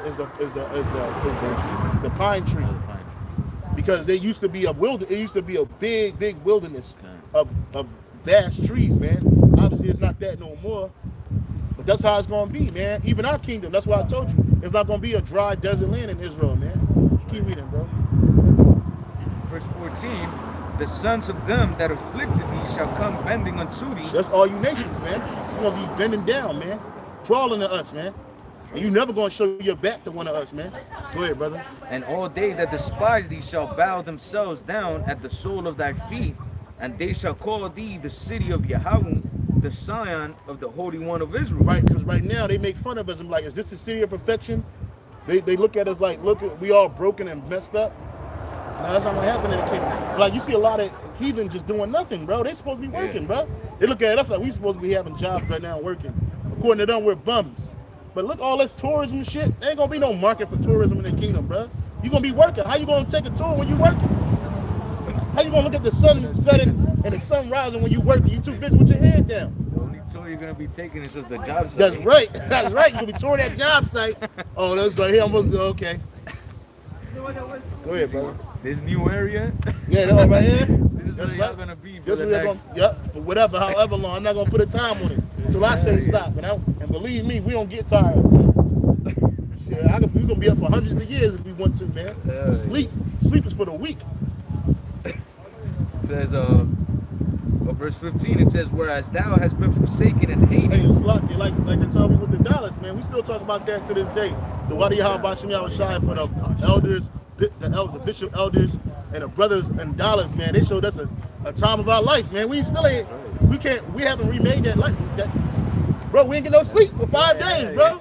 We had to be up at least 48 hours. It seemed like we were there for like 3 weeks. Yeah, didn't it? That's how it's gonna be the kingdom, bro. Ain't gonna be no such thing as time with us, bro. That's right. It did feel like we was there for a couple of weeks, a few weeks, Yeah, bro. We were just chilling. That It was the longest week I Yep, remember. yep, You ever know, had. From then even to now, bro. That's right. But guess what? We was up, man. We the spirit, bro. Hey, we would party all night and wake up 7 o'clock in the morning. I remember one morning we woke up and did a lesson, man. And we woke up, it was like 7:30 in the morning, bro. Yeah, after we had gone out for like we was out all all night, night. bro. We probably just got like a couple hours of rest, man. But it was beautiful. But how much more in the kingdom of heaven, bro? That's right. Go ahead, brother. It says, whereas thou hast been forsaken and hated, so that no man went through thee, I will make thee an eternal excellency, a joy of many generations. Yeah, because right now these nations, they don't want to be nowhere where we at. They don't want us living next to them. They don't want us. They don't want to see our children playing in the yard. Nobody want to be around us, man. The Lord said He's gonna make us eternal excellency, man. Go ahead, brother. Verse 16. Like even now, like barely nobody want to park next to us. Esau came earlier. He walked up there. Jake came and sat down here for a little bit, you know. Verse 16. Thou shalt also suck the milk of the Gentiles and shalt suck the breast of kings. And that's not no gay shit. That's talking about we're gonna take their wealth. That's right. Because it's our wealth. That's right. They got it by defrauding and unrighteous decrees, man. That's how they got it, man. Just like we took the wealth of them Egyptians when we walked out of there, so we borrowed it. We ain't borrowed shit. We took it. We took it, man. Yeah, they were handing it. Yeah, they was giving it over. That's right. They was shook. Just take whatever. Just leave us. Just take whatever, Just man. go, just go. So we won't do that again, man. It says, and thou shalt know that I, Yahawah, am thy Savior, and thy Redeemer, the mighty one of Jacob. That's right. For brass I will bring gold, Yeah, and for and iron. brass is a plentiful metal right now, man. But that's how we're gonna have gold, man. So ain't nothing of ours in the kingdom is gonna be made of brass. That gold is gonna be the foundational metal for all things. Go ahead. For iron I will bring silver. And you can find iron ore anywhere on this planet, man. That's how silver is gonna be for us, man. It's gonna be nothing. Go ahead. For We're wood, gonna have streets of transparent gold, man. You can see yourself in, man. And guess what? They're gonna shine them. They're gonna shine them floors. They're gonna polish them floors, and they ain't gonna be able to walk on it hands and knees. You're gonna have some pads on your hands. You're gonna have some pads on your knees, man. And you're gonna be, as you move, you're gonna be moving in circles, bro. You're gonna do like, you know, wax on, wax off, wax on, wax off. Go ahead, brother. for wood, brass, and for stone, Hey, iron. wood is everywhere. That's how plentiful brass is gonna be, man. And there's gonna be different kinds of qualities of brass, man. Go ahead. We're gonna have the top choice though. Go ahead. It says, and for stone, iron. Yeah, you find stone anywhere. That's how iron is gonna be, man. So nothing in our kingdom is gonna be made of stone. Unless we want it to, a precious stone, which is gonna be interlaid in our walls. Go ahead. I will also make thy officers peace and thy exactors righteousness. Violence shall no more be heard in thy land. Yeah, because you go to the ghetto, wherever, anywhere our people at, there's nothing but violence, bro. But you can go to Edomite neighborhood, ain't no violence at all to be heard, bro. None. Well, that's how it's gonna be in the kingdom. It's gonna be quiet. You're gonna hear birds chirping, animals purring. You know, ain't gonna be no fighting amongst our people. Ain't gonna be no black on black crime, no brown on brown crime, no brown on black crime, black on brown crime. That shit is gonna be non-existent. Right. It's gonna be nothing but love. We're gonna love each other, bro. Like the brothers, like we love each other now. Right. We all gonna be related. Hell yeah, man. We all, hey, the elect, man, we're gonna be interrelated, bro. My son's gonna be with your daughters gonna be with my sons. I might get some of your daughters, you might get some, you will get some of my daughters, Yeah, brother. hell yeah. Absolutely. Hey, brother, hey, watch the way you talk to me, man. I'm your father-in-law. Yeah. Hey, wait, brother, I'm your father-in-law first. you call me, brother. You got to lock here, brother. You know, we're gonna have that kind of relationship, bro. But it's still gonna be order. It's still gonna be order. Go ahead, brother.